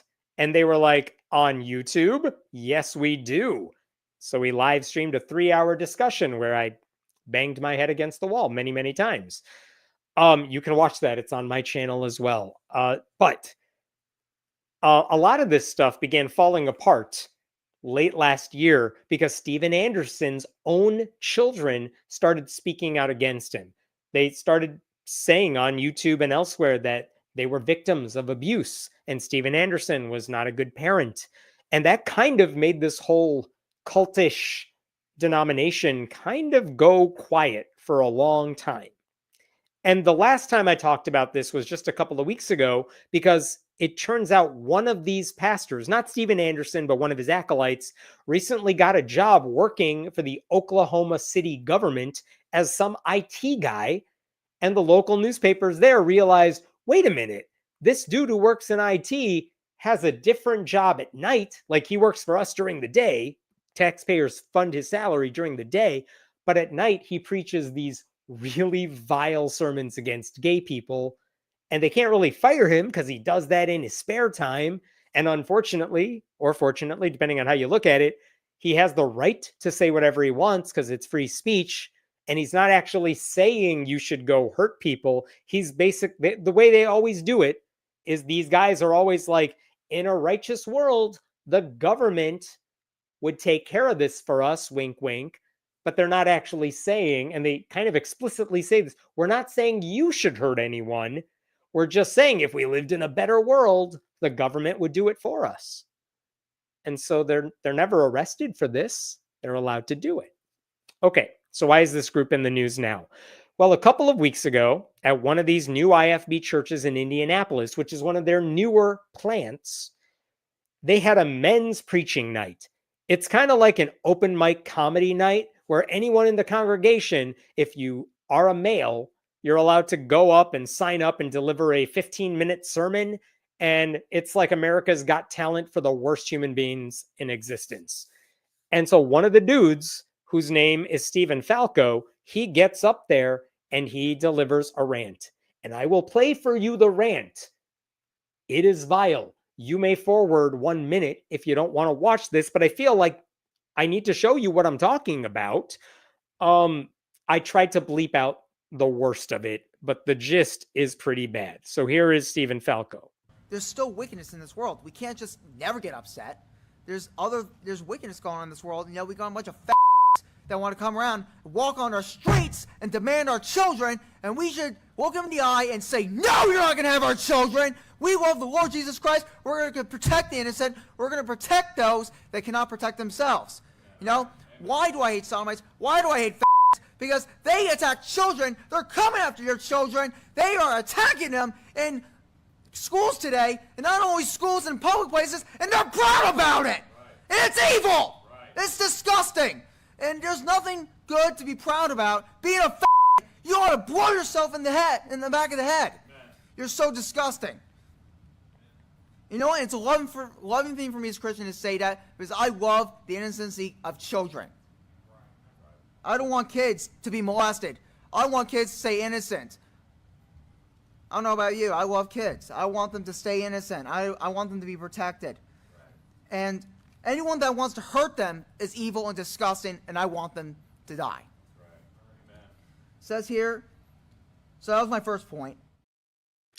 That was his first point. He went on for a while. Like I said, this is the way all of their sermons go. The reason he's delivering that sermon that way is because he's watched these new IFB preachers deliver sermons that way, and he's like a child. He just soaks it up and tries to regurgitate it later on. And frankly, as a public speaking coach myself, he's not very good at it. But whatever, that's not the point. Just to state the obvious, no, gay people are not coming after your children. We all find your children disgusting. That's just a fever dream that's conjured up in right-wing echo chambers. This guy makes no effort to distinguish gay people from the actual people who will hurt your children because they think that Venn diagram is a circle. They all think, these guys, they all think being loud grants them more authority. They all think that being as extreme as possible makes them better Christians. They don't have any room for nuance in their sermons because I don't think their congregation's brains can handle nuance. But that's what happens. I will also say, and this was not news, Stephen Falco, the guy I just showed you, I will show you why this guy's in the news. But I told you, this is an open mic night at this church. There was a guy that went right after him, whose name is Brother Wade. He spoke after him and said some of the same things.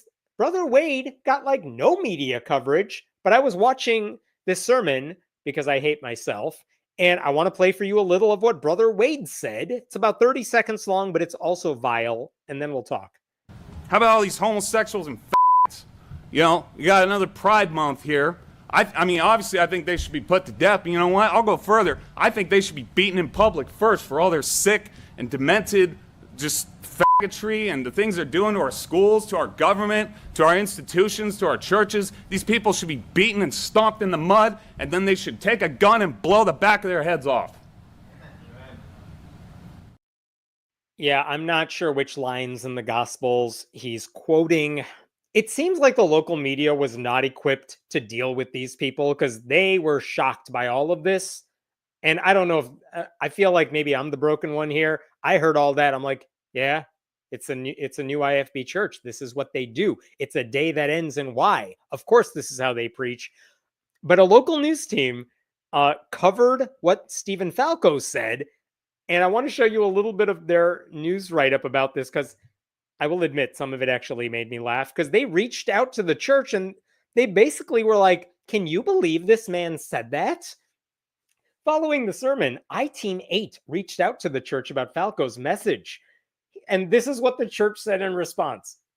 He's only calling for the death penalty and suicide for the actual sodomites, homosexuals, the church said in an emailed statement. The Bible teaches that those people are worthy of death. They are supposed to be executed by the government. We are not to take the law into our own hands. There's so much that is messed up about that. One, they're basically confirming everything this guy said. They're like, yeah, he didn't misspeak. Did he, did you hear him properly? Yeah, we are calling for the death penalty, but only to actual sodomites / homosexuals. And then they do their little bit of nuance, which is, look, they're supposed to be executed by the government, not us. And I think my favorite thing about this article is the very end of it. I-Team 8 reached out to the denomination's leadership to ask if they agree with Falco's message and have not heard back. Oh my God.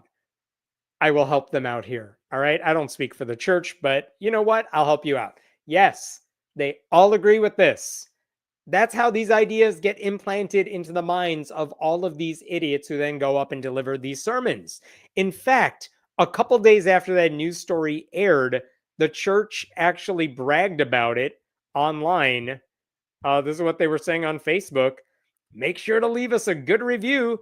Thanks, Wish TV, for all the free publicity. We are more popular than ever. Tired of the same old church that feels like more of an entertainment program to get your money? If you're looking for a great church that doesn't censor the truth of God's word and reaches the community and the world with the gospel and protects children by keeping out predators, come and join us, blah, blah, blah. So they're very much just celebrating what that local news coverage was like. By the way, if you're curious, in Indianapolis, where is this church even located? I'm not kidding when I tell you it's in the middle of a strip mall. The church is right there. This is before they moved in, next to a braids shop and a different salon over there. Like, that's literally the space where this church is located. But the leader, the guy who founded this particular church in Indianapolis, is a guy named Aaron Thompson. Aaron Thompson happens to be one of the 2 new IFB preachers I met with last summer. So literally, after all of this happened, like last week, I emailed the church and I emailed Aaron, and I'm like, hello, it's Hemming. You know me. We're on a first name basis. And I wasn't going to ask him, do you agree with this guy? Because I know he does. But I did want to ask him, are you worried that anyone in the congregation is going to be dumb enough to try to take the law into their own hands? Are you worried about the repercussions? I'm kind of curious if you even think about safety of the people in your congregation, because maybe vigilantes are going to come after you. I don't know. I don't want that to happen. And Thompson has long disavowed anyone who does anything bad in the name of stuff he preaches. But I did get a response from the church. I think the guy who responded to me, he didn't sign his name, but I think it's the guy who leads that church, Justin Zhang. And one of the things he said to me, I will not apologize for preaching the word of God.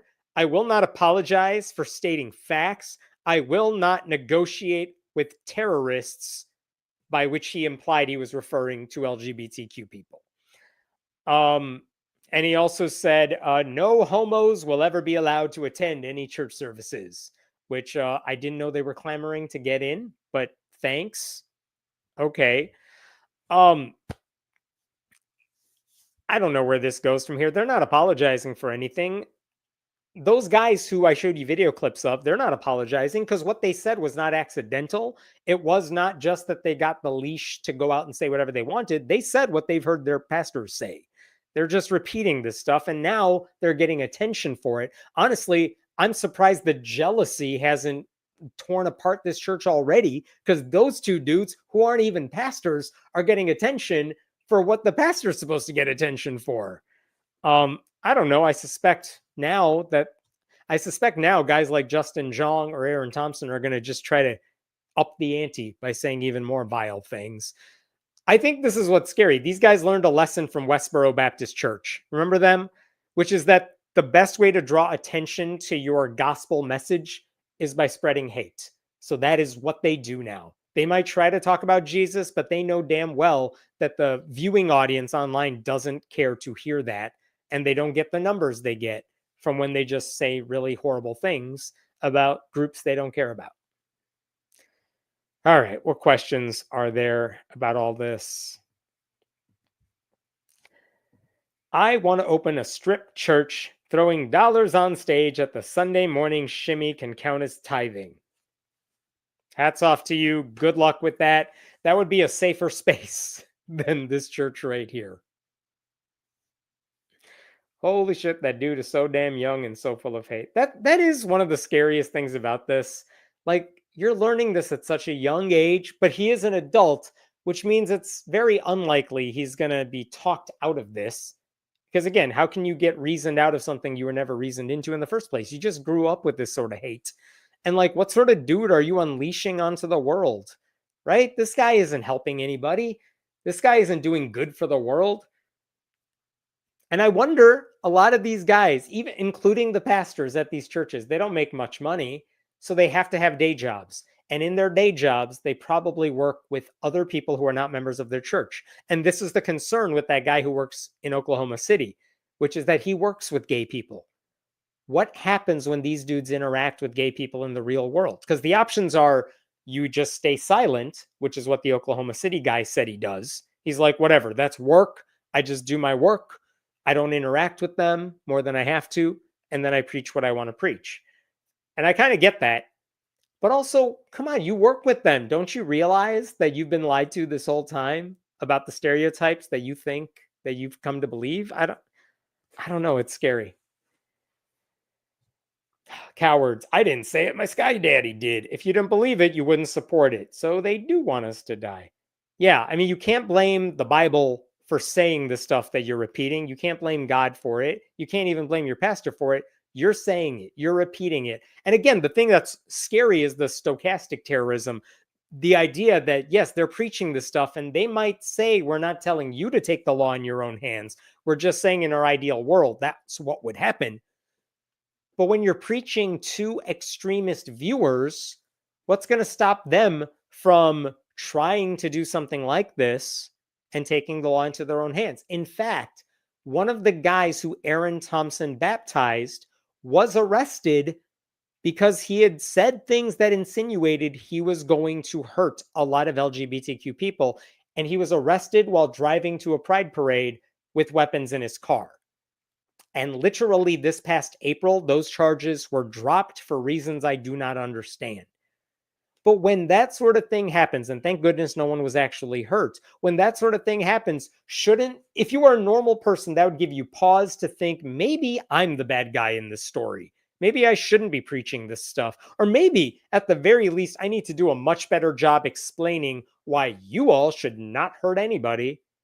And it's changed none of them because they don't have that ability to do any sort of introspection. In a way, I'm glad they post this because people need to see it.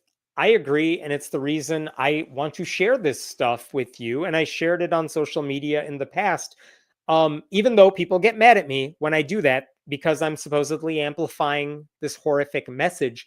But the thing is, if you don't know this is happening and you don't know this is being said, I want Christians to be mad at this. I want people to know what's being done in the name of religion, because the problem here isn't just a group of extremists who are some fringe element. Horrible stuff is done in the name of Jesus. And if Christians are mad about it, they should start working within their own circles to make sure these people are not in their circles, that their churches are not preaching anything like this. Because even at like evangelical megachurches, they don't say the sort of vile stuff you just heard in those clips, but you know damn well they say very horrific things about gay people, about trans people, about sex, about abortion.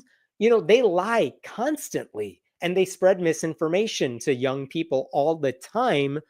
Okay, so they didn't celebrate the deaths of gay people like these people do. Okay, but it's not like you go to some random mega church. It's not like they're saying nicer things about gay people. So, like, fix yourself. Didn't the Newsboys play at that church? Ooh, I know we've talked about the Newsboys and Michael Tate before. I cannot imagine the Newsboys would have played at any of these new IFB churches because these are small churches with no audience in person. So I would find that very hard to believe. Thank you for that donation. Neighbor of my job site asked why my nails were rainbow and was legitimately shocked that I was proud of my community. Exposure is the best antibiotic to bigotry. I agree. And I hope that if these guys have outside jobs where they are working with gay people, trans people, maybe something gets into their mind that, oh, this person doesn't fit the fire and brimstone sermons that I've been hearing my entire adult life. You would hope. All right, going to jump to a different story. Give me 1 second to pull up what I want. Oh, okay. Maybe I don't have to pull anything up. I don't actually have anything written down for this, but I wanted to talk about this because I was reading this article this week and it's so disturbing that I just wanted to vent. It's a really good article. It's in The Atlantic. It's called Why Evangelicals Turn Their Back on PEPFAR by Peter Wenner, who has been critical of conservative Christians by and large, and he's religious himself. But basically, if you know nothing else about PEPFAR, if you were around during the George W. Bush administration, you know George W. Bush, horrible policies, Iraq war, not a good guy. Before Trump, he was the worst Republican president ever, right? One of the few things he did that was genuinely good is a thing called PEPFAR. And that stands for the President's Emergency Plan for AIDS Relief. And it was authorized by Bush in 2003, according to this article. Basically, the US government said, we are going to make a financial commitment to address HIV and AIDS. And according to the article, PEPFAR is credited with saving 26 million lives, enabling almost 8 million babies to be born without HIV. It transformed the landscape of the HIV epidemic and helped stabilize the African continent. Not only is PEPFAR the single most successful policy to date in US-Africa relations, it is also one of the most successful foreign policy programs in US history, according to one Brookings Institution fellow. So PEPFAR, hands down, a wonderful thing our government did to help Africa deal with the HIV and AIDS crisis. Like, George W. Bush should be proud of that. Republicans should be proud of that. It was a good program. The problem is, then Donald Trump came in and he thinks helping any other country is not putting America first. So you may have heard already that the Trump administration this time around has already dismantled something called USAID, which is the governmental organization that provides humanitarian aid around the world. Well, when Trump and his administration and the Republican Party dismantled USAID, they also dismantled PEPFAR. PEPFAR gets, this is also from the article, check this out. How much money do they get? They get 0.08% of the federal budget.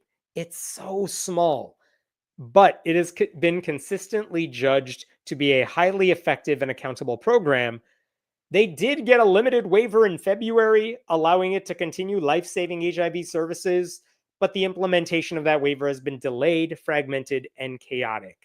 So basically, the Trump administration destroyed USAID, they destroyed PEPFAR, and even if they're trying to put Band-Aids on the whole thing now, sorry, they broke it.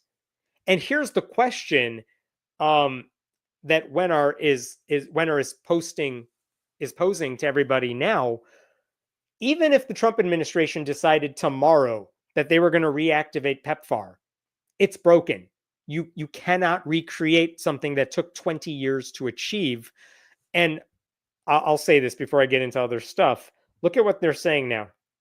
More than 75,000 adults and children are now estimated to have died because the US government shut down PEPFAR 6 months ago. 75,000 people are dead. Another adult life is being lost every 3 minutes. A child dies every 31 minutes.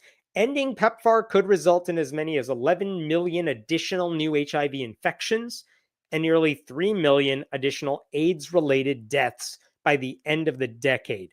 That's what Republicans have done because they just do whatever Donald Trump wants. So that's the problem with PEPFAR. And the question that Peter Wenner is asking, rightly so, I think, in this article in The Atlantic, is how come you don't hear a lot of right-wing evangelical pastors and churches speaking out against this destruction? Because this is one of those things. Earlier in this live stream, someone asked, how come churches don't spend money on good things? And as I said, also in response to that, there are churches that do a lot of genuinely good humanitarian work. And this is something Republicans did that is genuinely good humanitarian work. And now it's gone. And you don't hear Republican elected officials talking about it. And you don't hear conservative Christian pastors talking about it. And that's the question that Wenner is asking. Why not? And in the course of the article, he says there are a few reasons they're not talking about it. One of them is that a lot of Christians just don't know this is happening. They don't know what PEPFAR is. They didn't know this was going on. And that's an education problem, but also an ignorance problem. No one thinks, like Republicans get away with this all the time. They say the government, the federal government, can do no right. You know, we want to give money to the states to do stuff, states' rights, but the federal government, forget it. Even right now, we've seen this flooding in Texas, and FEMA has basically been dismantled. By and large, they weren't there on site immediately following the flooding. It took a while. Groups have already said, states have already said they are not getting emergency funding from the federal government, even though catastrophic floods and hurricane relief and stuff like that, states cannot, they don't have the money to help with recovery, but the federal government does. When Joe Biden was president and there was a disaster in a red state, he immediately said, yes, whatever help you need, the federal government's going to help you. Donald Trump doesn't do that, and Republicans don't care. So part of it is people just think government can do no right. And if you were brought up in an environment to think, oh yeah, the government sucks, of course you wouldn't know about PEPFAR. It's never been brought up to you, and pastors don't talk about it in church by and large. So ignorance is part of the problem, but this was another problem that Wenner raised. A principled aversion. No, I'm going to hold off on this. I'm sorry. I saw this comment, and I want to mention it because I know people have had this thought with the flooding in Texas. Greg Abbott can deal with it on his own. The problem with that sentiment is, okay, it's very easy to say, screw Texas, red state, they do a lot of damage. So you know what? Let them suffer. The problem is Texas is like almost half, when it comes to voters, they're almost half Democrats who don't want this and vote for not Greg Abbott. There's a lot of innocent people who don't vote, who have no blame for this whatsoever, and they shouldn't suffer because a bunch of Republicans in Texas elect the worst people imaginable. But also, in principle, it shouldn't matter if the destruction happens to a red state, because you will see hurricanes and things and tornadoes in a lot of red states. Texas, Florida is going to have flooding. Texas is going to have flooding. The Bible Belt's going to have a lot of tornado damage. I don't want red states to suffer. And also, I don't want California to suffer when there are wildfires. And I don't want blizzards to destroy, Midwestern states or East Coast states. This should not be a red state, blue state thing. I want all states to have the resources they need. And that's one of the good things our government could be doing. But the Trump administration and the Republicans supporting him do not understand that, or they don't care, and they just want everyone else to suffer because cruelty is the point, right? But look back at what Wenner is saying. Here's another reason Christians don't seem to care.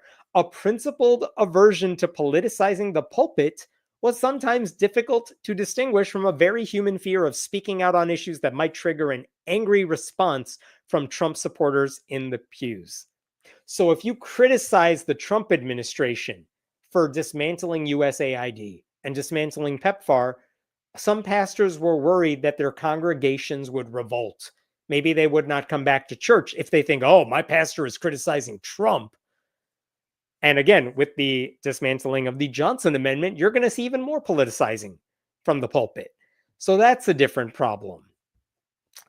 This is interesting, too. This was another reason pastors gave to Wenner for why they don't talk about it. This is troublesome. A minister in a church in Memphis told me it's important to recall that most evangelicals also originally viewed the HIV/AIDS issue as a result of sexual promiscuity, and gay promiscuity especially. So I suspect too many of them regard the HIV/AIDS crisis as a self-inflicted contagion. They don't care about helping HIV/AIDS victims because they think, oh, it's a gay thing. And of course, the Christians who are like, we're the ethical ones, they think, oh, it's a gay disease, let them die. And so they don't care about PEPFAR for that reason, which is so sad and so disturbing. Because again, even if it was, it's disturbing, but it's not. The people who are suffering with HIV are not like, they didn't get it because they engaged in sodomy. There was one quotation from Russell Moore, who's the editor-in-chief of Christianity Today, who is genuinely a critic of Trumpy Christianity, even though he's super conservative, anti-abortion, anti-gay, all that. Look at this. PEPFAR should be an easy call for evangelical Christians. It affirms human dignity and the sanctity of life in ways easily within the reach and responsibility of our country. It is hard to know whether the glee for destroying one of the most effective and successful moral reforms American evangelicals have ever supported is more sadism, cruelty for cruelty's sake, or masochism. I mean, I think he nailed it, right? This should be an easy call. This is not an ethical gray area. This is a very easy thing to support and demand, especially if you're a white evangelical who goes to a conservative church. This should be an easy thing to rally behind because you have the power to convince Republicans that they should fight for this, but they're not doing it because for whatever the reason, they just don't know about it or they don't care about it or they don't care enough to make this a big deal. They have no problem taking like 17 million people off of Medicaid. That like excites them. But millions of people unnecessarily dying of HIV and AIDS, whatever. It's Africa. They don't care. This is another thing that Wenner pointed out. There was an issue that happened a few years ago where a right-wing group called World Vision, I'm sorry, this is a decade ago in 2014, a Christian ministry called World Vision said, hey, we need more volunteers and we need more people on our staff. So if you are in a same-sex marriage, but you're Christian, we're willing to hire you. And when they announced that, right-wing Christians lost their damn minds. The charity lost more than 3,000 sponsors for needy children. Evangelical groups across the country called for a boycott. That's when World Vision said, yeah, we'll hire you on our staff, even if you're in a same-sex marriage, which evangelicals don't like. So look at what Wenner is saying about that comparison. It's a revealing comparison. A decision by a venerated Christian relief agency to hire Christians in same-sex relationships caused an immediate, angry, and explosive reaction across the evangelical world, while the decision to effectively end a program that has saved more than 25 million lives on the African continent barely registers. Few of those who are aware of what's happening have anything to say about it, and many who are inclined to say something pull back, fear of the consequences. I appreciate this article because you have a Christian calling out other Christians, and that doesn't happen often enough, but this is such a wonderful, important point to make. You have the Trump administration and Republicans everywhere. They do not care if one of the best things a Republican has done while in office is create a government program that saves millions of lives in Africa from a devastating disease. This is something they could take credit for. Like, Donald Trump could be taking credit for helping develop the COVID vaccine, right? That was his administration's doing. The Operation Jumpstart or whatever it was, Kickstart, I forgot the name of it. Like, it helped usher in a vaccine that saved us from the scourge of COVID. But because Republicans are conspiracy theorists and anti-vaxxers, and they don't want to give credit to the government doing something right, Trump has walked away from taking any credit from that. He's like anti-vax as anybody else. And this is another example. Republicans could be taking they should be getting well-deserved credit for this, But because it involves the government doing something good to help people that they don't particularly care about, Republicans, conservative Christians who vote for them, they just don't care about one of the best things our government has ever done. It's just such a clear-cut example of Christians not giving a damn. And by the way, not just Christians, not just like conservative Christians, but pro-life Christians. Again, they'll do anything to save a fetus. They'll do anything to like harm women who want an abortion. Well, guess what? These people are living, but they are dying of HIV and AIDS unnecessarily. And these same Christians are, oh, who cares if millions of Africans die of AIDS? Who cares? We got to stop women from having an abortion because we're pro-life. Like, it's so obviously hypocritical. It should make everybody angry. But even as someone who follows the news, I haven't seen a lot of reaction to the PEPFAR stuff. And Democrats who try to make an issue about it, it just doesn't gain much traction. Because unfortunately, I don't think anyone cares enough.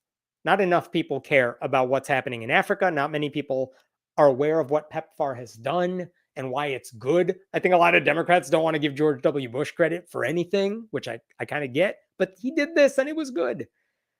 Anyway, okay, I will stop there for this. What other questions we got here? Thank you for that donation, Sonic Shroom. Suffering forces people to God. That's the point. I mean, I don't think you're wrong about that. And they don't mind people suffering because they think they're going to pray about it. But also, if people are dying, millions of people are dying from this disease, obviously the prayer isn't doing it for them. Can't you just make the argument that God gave us George W. Bush or God gave us PEPFAR to help those people? As the old parable goes, like, God sent you the boat, get in it. Don't just wait for a miracle to happen. This is the miracle. Pro-birth and pro-life are not the same thing. You are correct. Absolutely. These Christians are pro-birth. They are very much not pro-life because they don't care if certain groups of people die because of their negligence or their cruelty or their ignorance or whatever you want to attribute it to.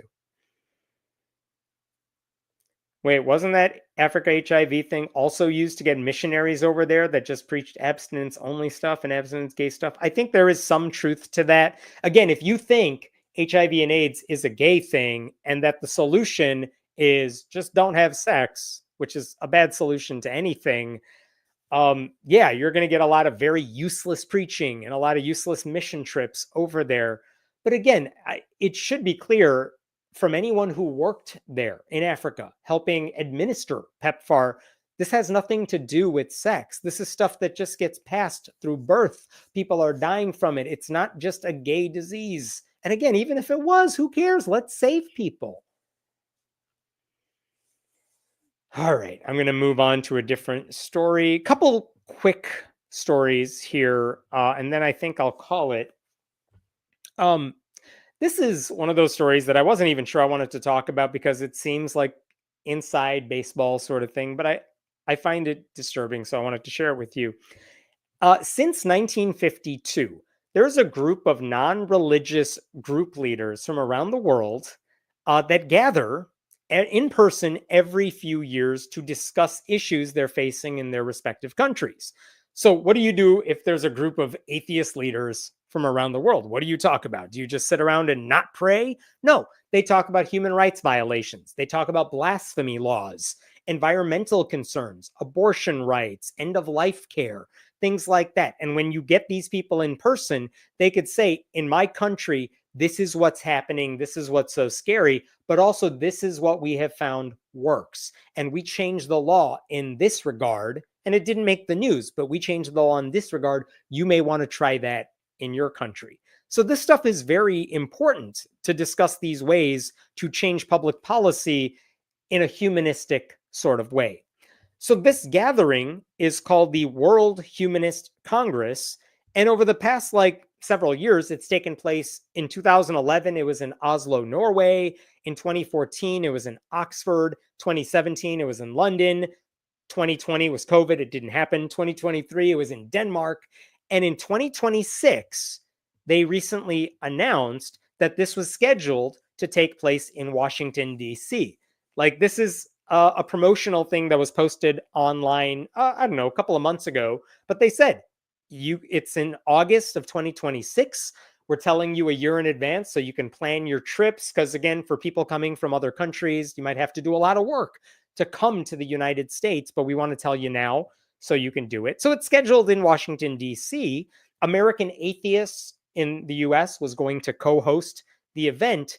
And the reason I bring this all up is because recently they issued a statement a couple of weeks ago that is very disturbing, announcing relocation of the 2026 World Humanist Congress. They're relocating it. They're not doing it in Washington, D.C. And look what they're saying. They're saying it's now going to take place in Ottawa, Canada. And look at this. The decision to relocate comes after a thorough assessment of the social, political, and economic environment in the United States under the current administration. Escalating religious nationalism and executive actions restricting movement, targeting civil society, and eroding human rights protections have created an inhospitable environment for an international gathering rooted in the values of secularism and inclusion. Which is basically saying, listen, there are people coming from other countries. There are people coming as openly atheist people from other countries. We cannot vouch for your safety in the United States because our government is going after people who have done no wrong. And that is the thing you expect to hear if this gathering was taking place in some, third world sort of country. They're saying we can't hold it in the US because the US is not a safe place. This is what they said later in that press release.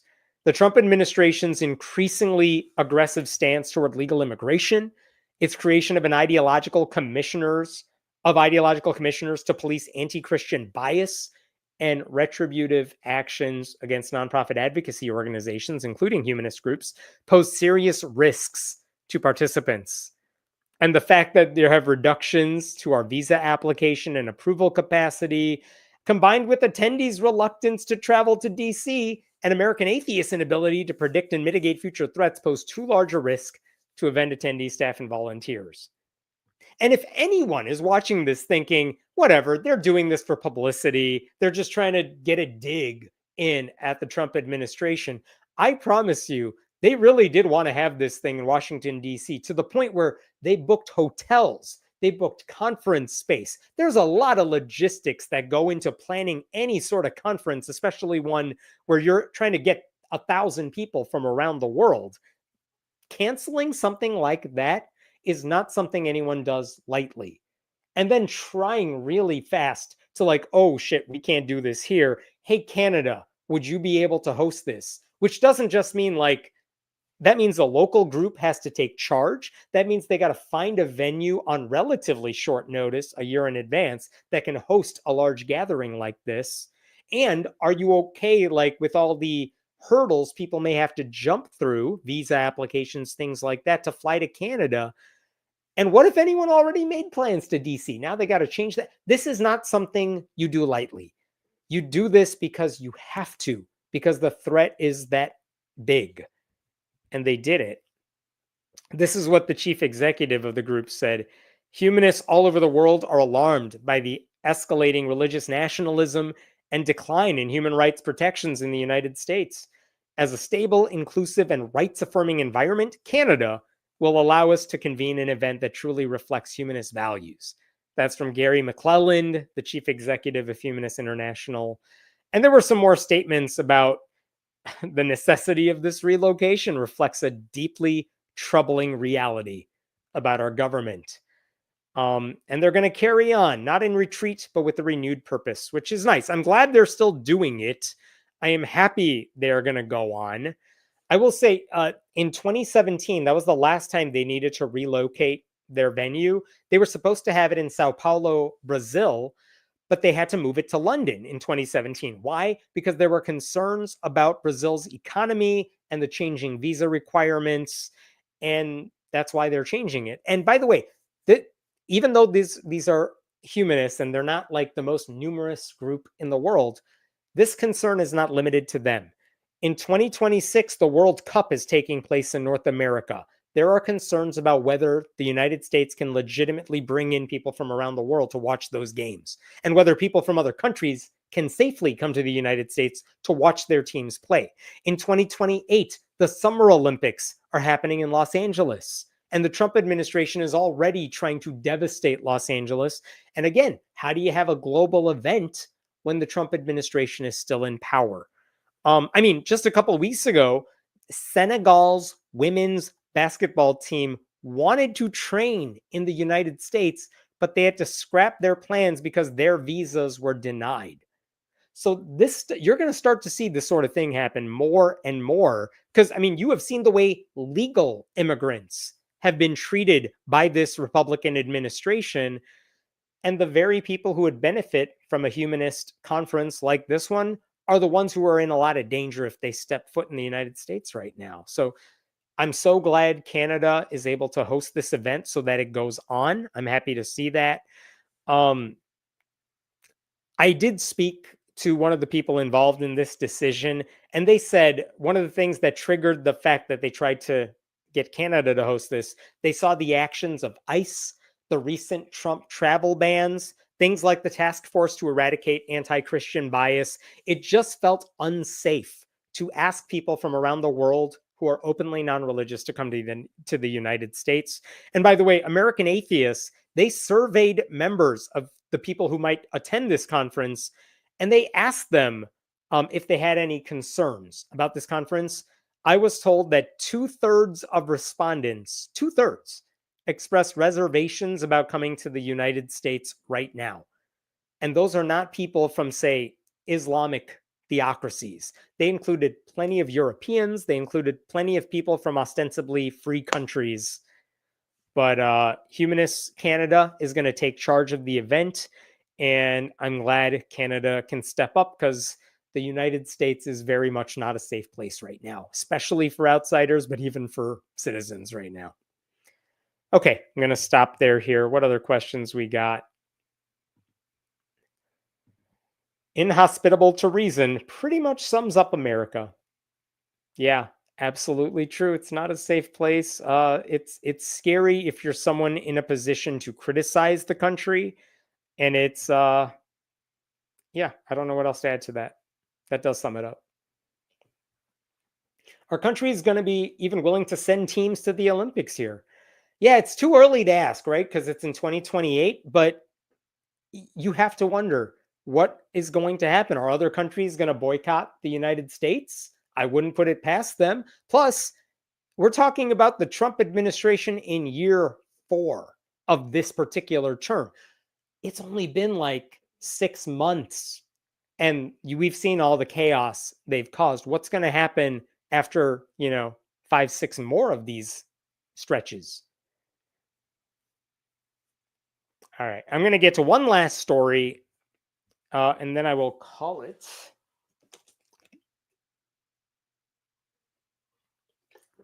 I am going to ask one more time, just because there are more people watching right now than at the beginning. If you have watched this live stream before, you have noticed this brand new setup. Different camera, different lighting. The computer is not taking up 90% of the screen. The background, I'm still working on the background. If you have any thoughts, if you like this background, if you think I should make some changes to it, let me know. I hope this looks better and sounds better and is better overall. I like it. I hope you do too. But for those of you who watch a lot of live streams, you might have better ideas for what I should fix and change. And I'm eager to do that over the next couple of weeks. Okay, going to get to one last story here.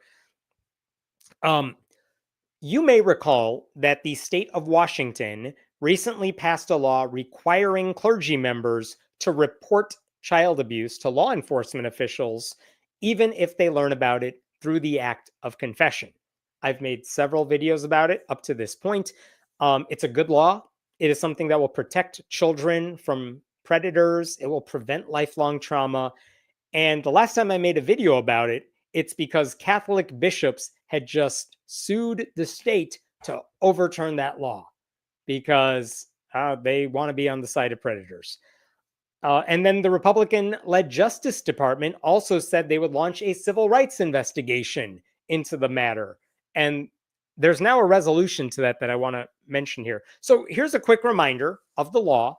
All it did is it said there are certain professions that are mandated reporters. If you learn about abuse that is going on, let's say you're a high school counselor, a student comes up to you and says they are victims of abuse, it doesn't matter what your relationship is with the student. You have a legal obligation to tell the school or law enforcement officials, whatever the chain of command is, that this is happening so that they can do something about it. You don't get a choice in the matter. And what they did in Washington is they added members of the clergy to that list of mandated reporters. And in other states, sometimes when they add it, they carve out an exception to the rule. They say, if you're in the act of confession, you're confessing your sins to a priest, and you say, oh, I committed a sin, I have hurt this child. A lot of states say that doesn't count. If you learn about it in the confession booth, you don't have to report that to anybody. And in Washington state, after years of trying, they said, we want to add clergy to the list of mandated reporters, but we are not carving out an exception for confession. That's ridiculous. That just gives people a safe space to admit and cleanse their guilt, I guess, that they've done this horrible thing. And it's the right thing to do. So under the new law, all mandated reporters are required to report suspicions of abuse within 48 hours. And if they don't do that, and there's evidence of that, they might have to go to prison for up to a year. They might have to pay a $5,000 fine. So that's the law. And again, I've made videos about this, so I won't repeat everything I've said in the past. But the Catholic argument against this law is that they're like, but we take confession very seriously. And by passing this law, you are going after our religious freedom, because priests, you are basically saying if a priest learns a particular thing in the confession booth, even though they're supposed to keep it secret, you are forcing them to tell law enforcement about it, and you're forcing us to break our religious vows. That's the Catholic argument for why they think confession should be exempt from the rules. And the Washington lawmakers are like, we don't care about your little religious rules. Just protect children. It's that easy. And the Catholic Church is, but we have beliefs that are more important than children's safety. And that's what's been happening. And so right after that law passed, there was a really interesting thing that the church put out. This is from the Catholic Conference, and they put out this statement after the law was passed. I will share this with you. Let me scroll up for a second. This is from the Archdiocese of Seattle, from the Office of the Archbishop. And this is what he says.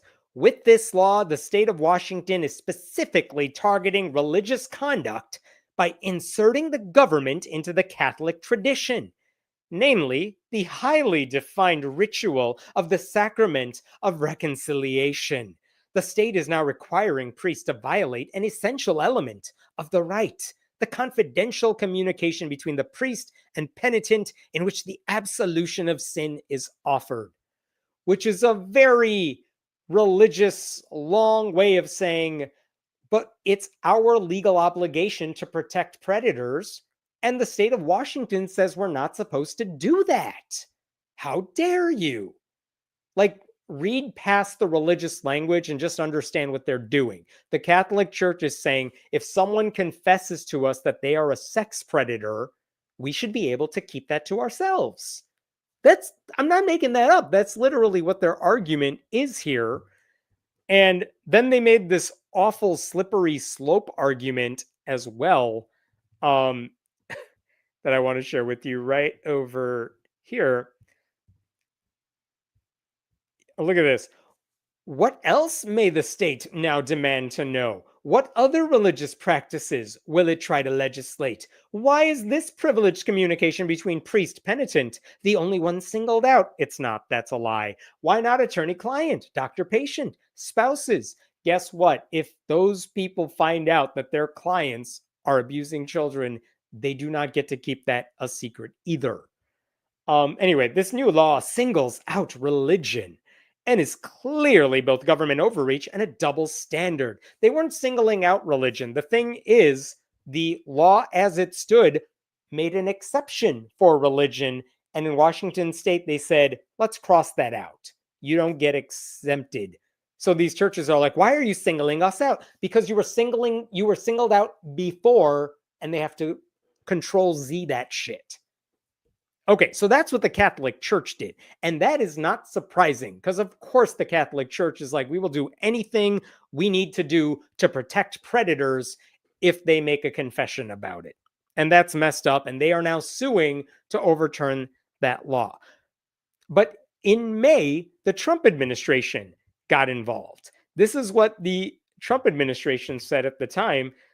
Look at the headline. The Justice Department announces First Amendment investigation into Washington state's new anti-Catholic law. By the way, that law basically said clergy members are mandated reporters, and we're trying to protect the children from sex predators. And it's the Trump administration saying that's anti-Catholic. Like, buddy, we didn't say it was against the Catholic Church. You did. I feel like that's a tell. Anyway, what did the Justice Department say? The Justice Department today announced it has opened a civil rights investigation into the development of that law signed by Governor Bob Ferguson, which appears on its face to violate the First Amendment. Because why won't someone think of the sex predators and the church's First Amendment right to cover up sexual abuse? I mean, it sounds messed up because it is messed up. And now it has somehow gotten even worse. Let me pull this up really quick. So Catholic bishops, I already told you, they sued the state because they want to overturn this. I don't know. I feel like the actual options to all this are either protecting children or letting those kids suffer even more. And if your religion is telling you you should let the kids suffer even more, even though you have the power to do something about it, I don't know. I feel like your religion's the problem and you should leave that religion. But the thing I want to point out that I haven't pointed out yet is this new thing that just happened, which is that recently the Justice Department issued another statement. Justice Department sues Washington state over its new anti-Catholic law. It's actually anti-sex predators and protecting children, but they're calling it anti-Catholic because even the Justice Department under Donald Trump thinks like sex predators and Catholicism are intertwined. But here's what they're doing here. Harmeet Dillon, that right-wing person, says laws that explicitly target religious practices, such as the sacrament of confession in the Catholic Church, have no place in our society. This bill unconstitutionally forces Catholic priests in Washington to choose between their obligations to the church and their penitence or face criminal consequences, blah, blah, blah. All of that, again, is a long way to say, why is the church not allowed to protect sex predators? We here, the Republicans at the Justice Department, want to protect the Catholic Church's right to shield sex predators. And basically what the church is doing is they're saying, hey, remember how the Catholic bishops sued the state of Washington to overturn this law? The Justice Department is asking the courts, can you allow us to get in on that lawsuit? They want to intervene because they say they want to vindicate the United States sovereign and other interests in enforcing the Constitution's guarantee of equal protection of the laws with respect to religion. It is telling that the Justice Department's press release doesn't mention children, doesn't mention sexual abuse anywhere in the statement, because the Trump administration and Republicans do not care about those victims. They want to pretend this is about Washington Democratic lawmakers going after religious practices, when really this is a story about, should we protect victims of abuse and try to stop the abuse? And the Trump administration and Catholic bishops are like, who cares? So like their lawsuit mostly reiterates what the bishops already said. And when asked why they were challenging this law, even though other states have similar laws on the books, the DOJ did not respond to a local media outlet. But I do appreciate what the governor of Washington said. Let me share that with you here. It is disappointing, but not surprising to see the DOJ seek to shield and protect child abusers, Governor Bob Ferguson said in a statement. Yeah, well said, right to the point. It shouldn't be surprising to anybody. For what it's worth, the Washington State Catholic Conference says it has nothing to do with the DOJ's lawsuit, which is true, but the two groups are very much on the same page. I've said this before. I'll just close out with this. I don't even know how effective this law will be because the number of people who confess to ongoing abuse that they are committing has to be very small. But in principle, I think the law is the right thing to do because it eliminates a loophole in the state's mandated reporting rules. And these religious leaders and the Trump Justice Department and its Republican lawyers, they are hiding behind the cloak of faith to defend something that is really indefensible. Like defying this law and saying we refuse to obey it, we're going to defy it. That's not good trouble, to paraphrase, to quote John Lewis. These priests are not martyrs by sacrificing children to preserve their made-up dogma. This is all a way to rationalize doing something deeply unethical because common sense would tell you that protecting children from abuse is way more important than keeping an abuser secret. But for these people, it takes religion to convince them it's the other way around, which is messed up. Okay, I'll stop there. What other questions do we have here? Otherwise, I think that's all I wanted to say today. Thank you, LK, for gifting those memberships. I appreciate it. Anything else here? I'm saying that priests' ability to retain confidence will go away completely if this sticks. The attorney-client relationship will be next to go.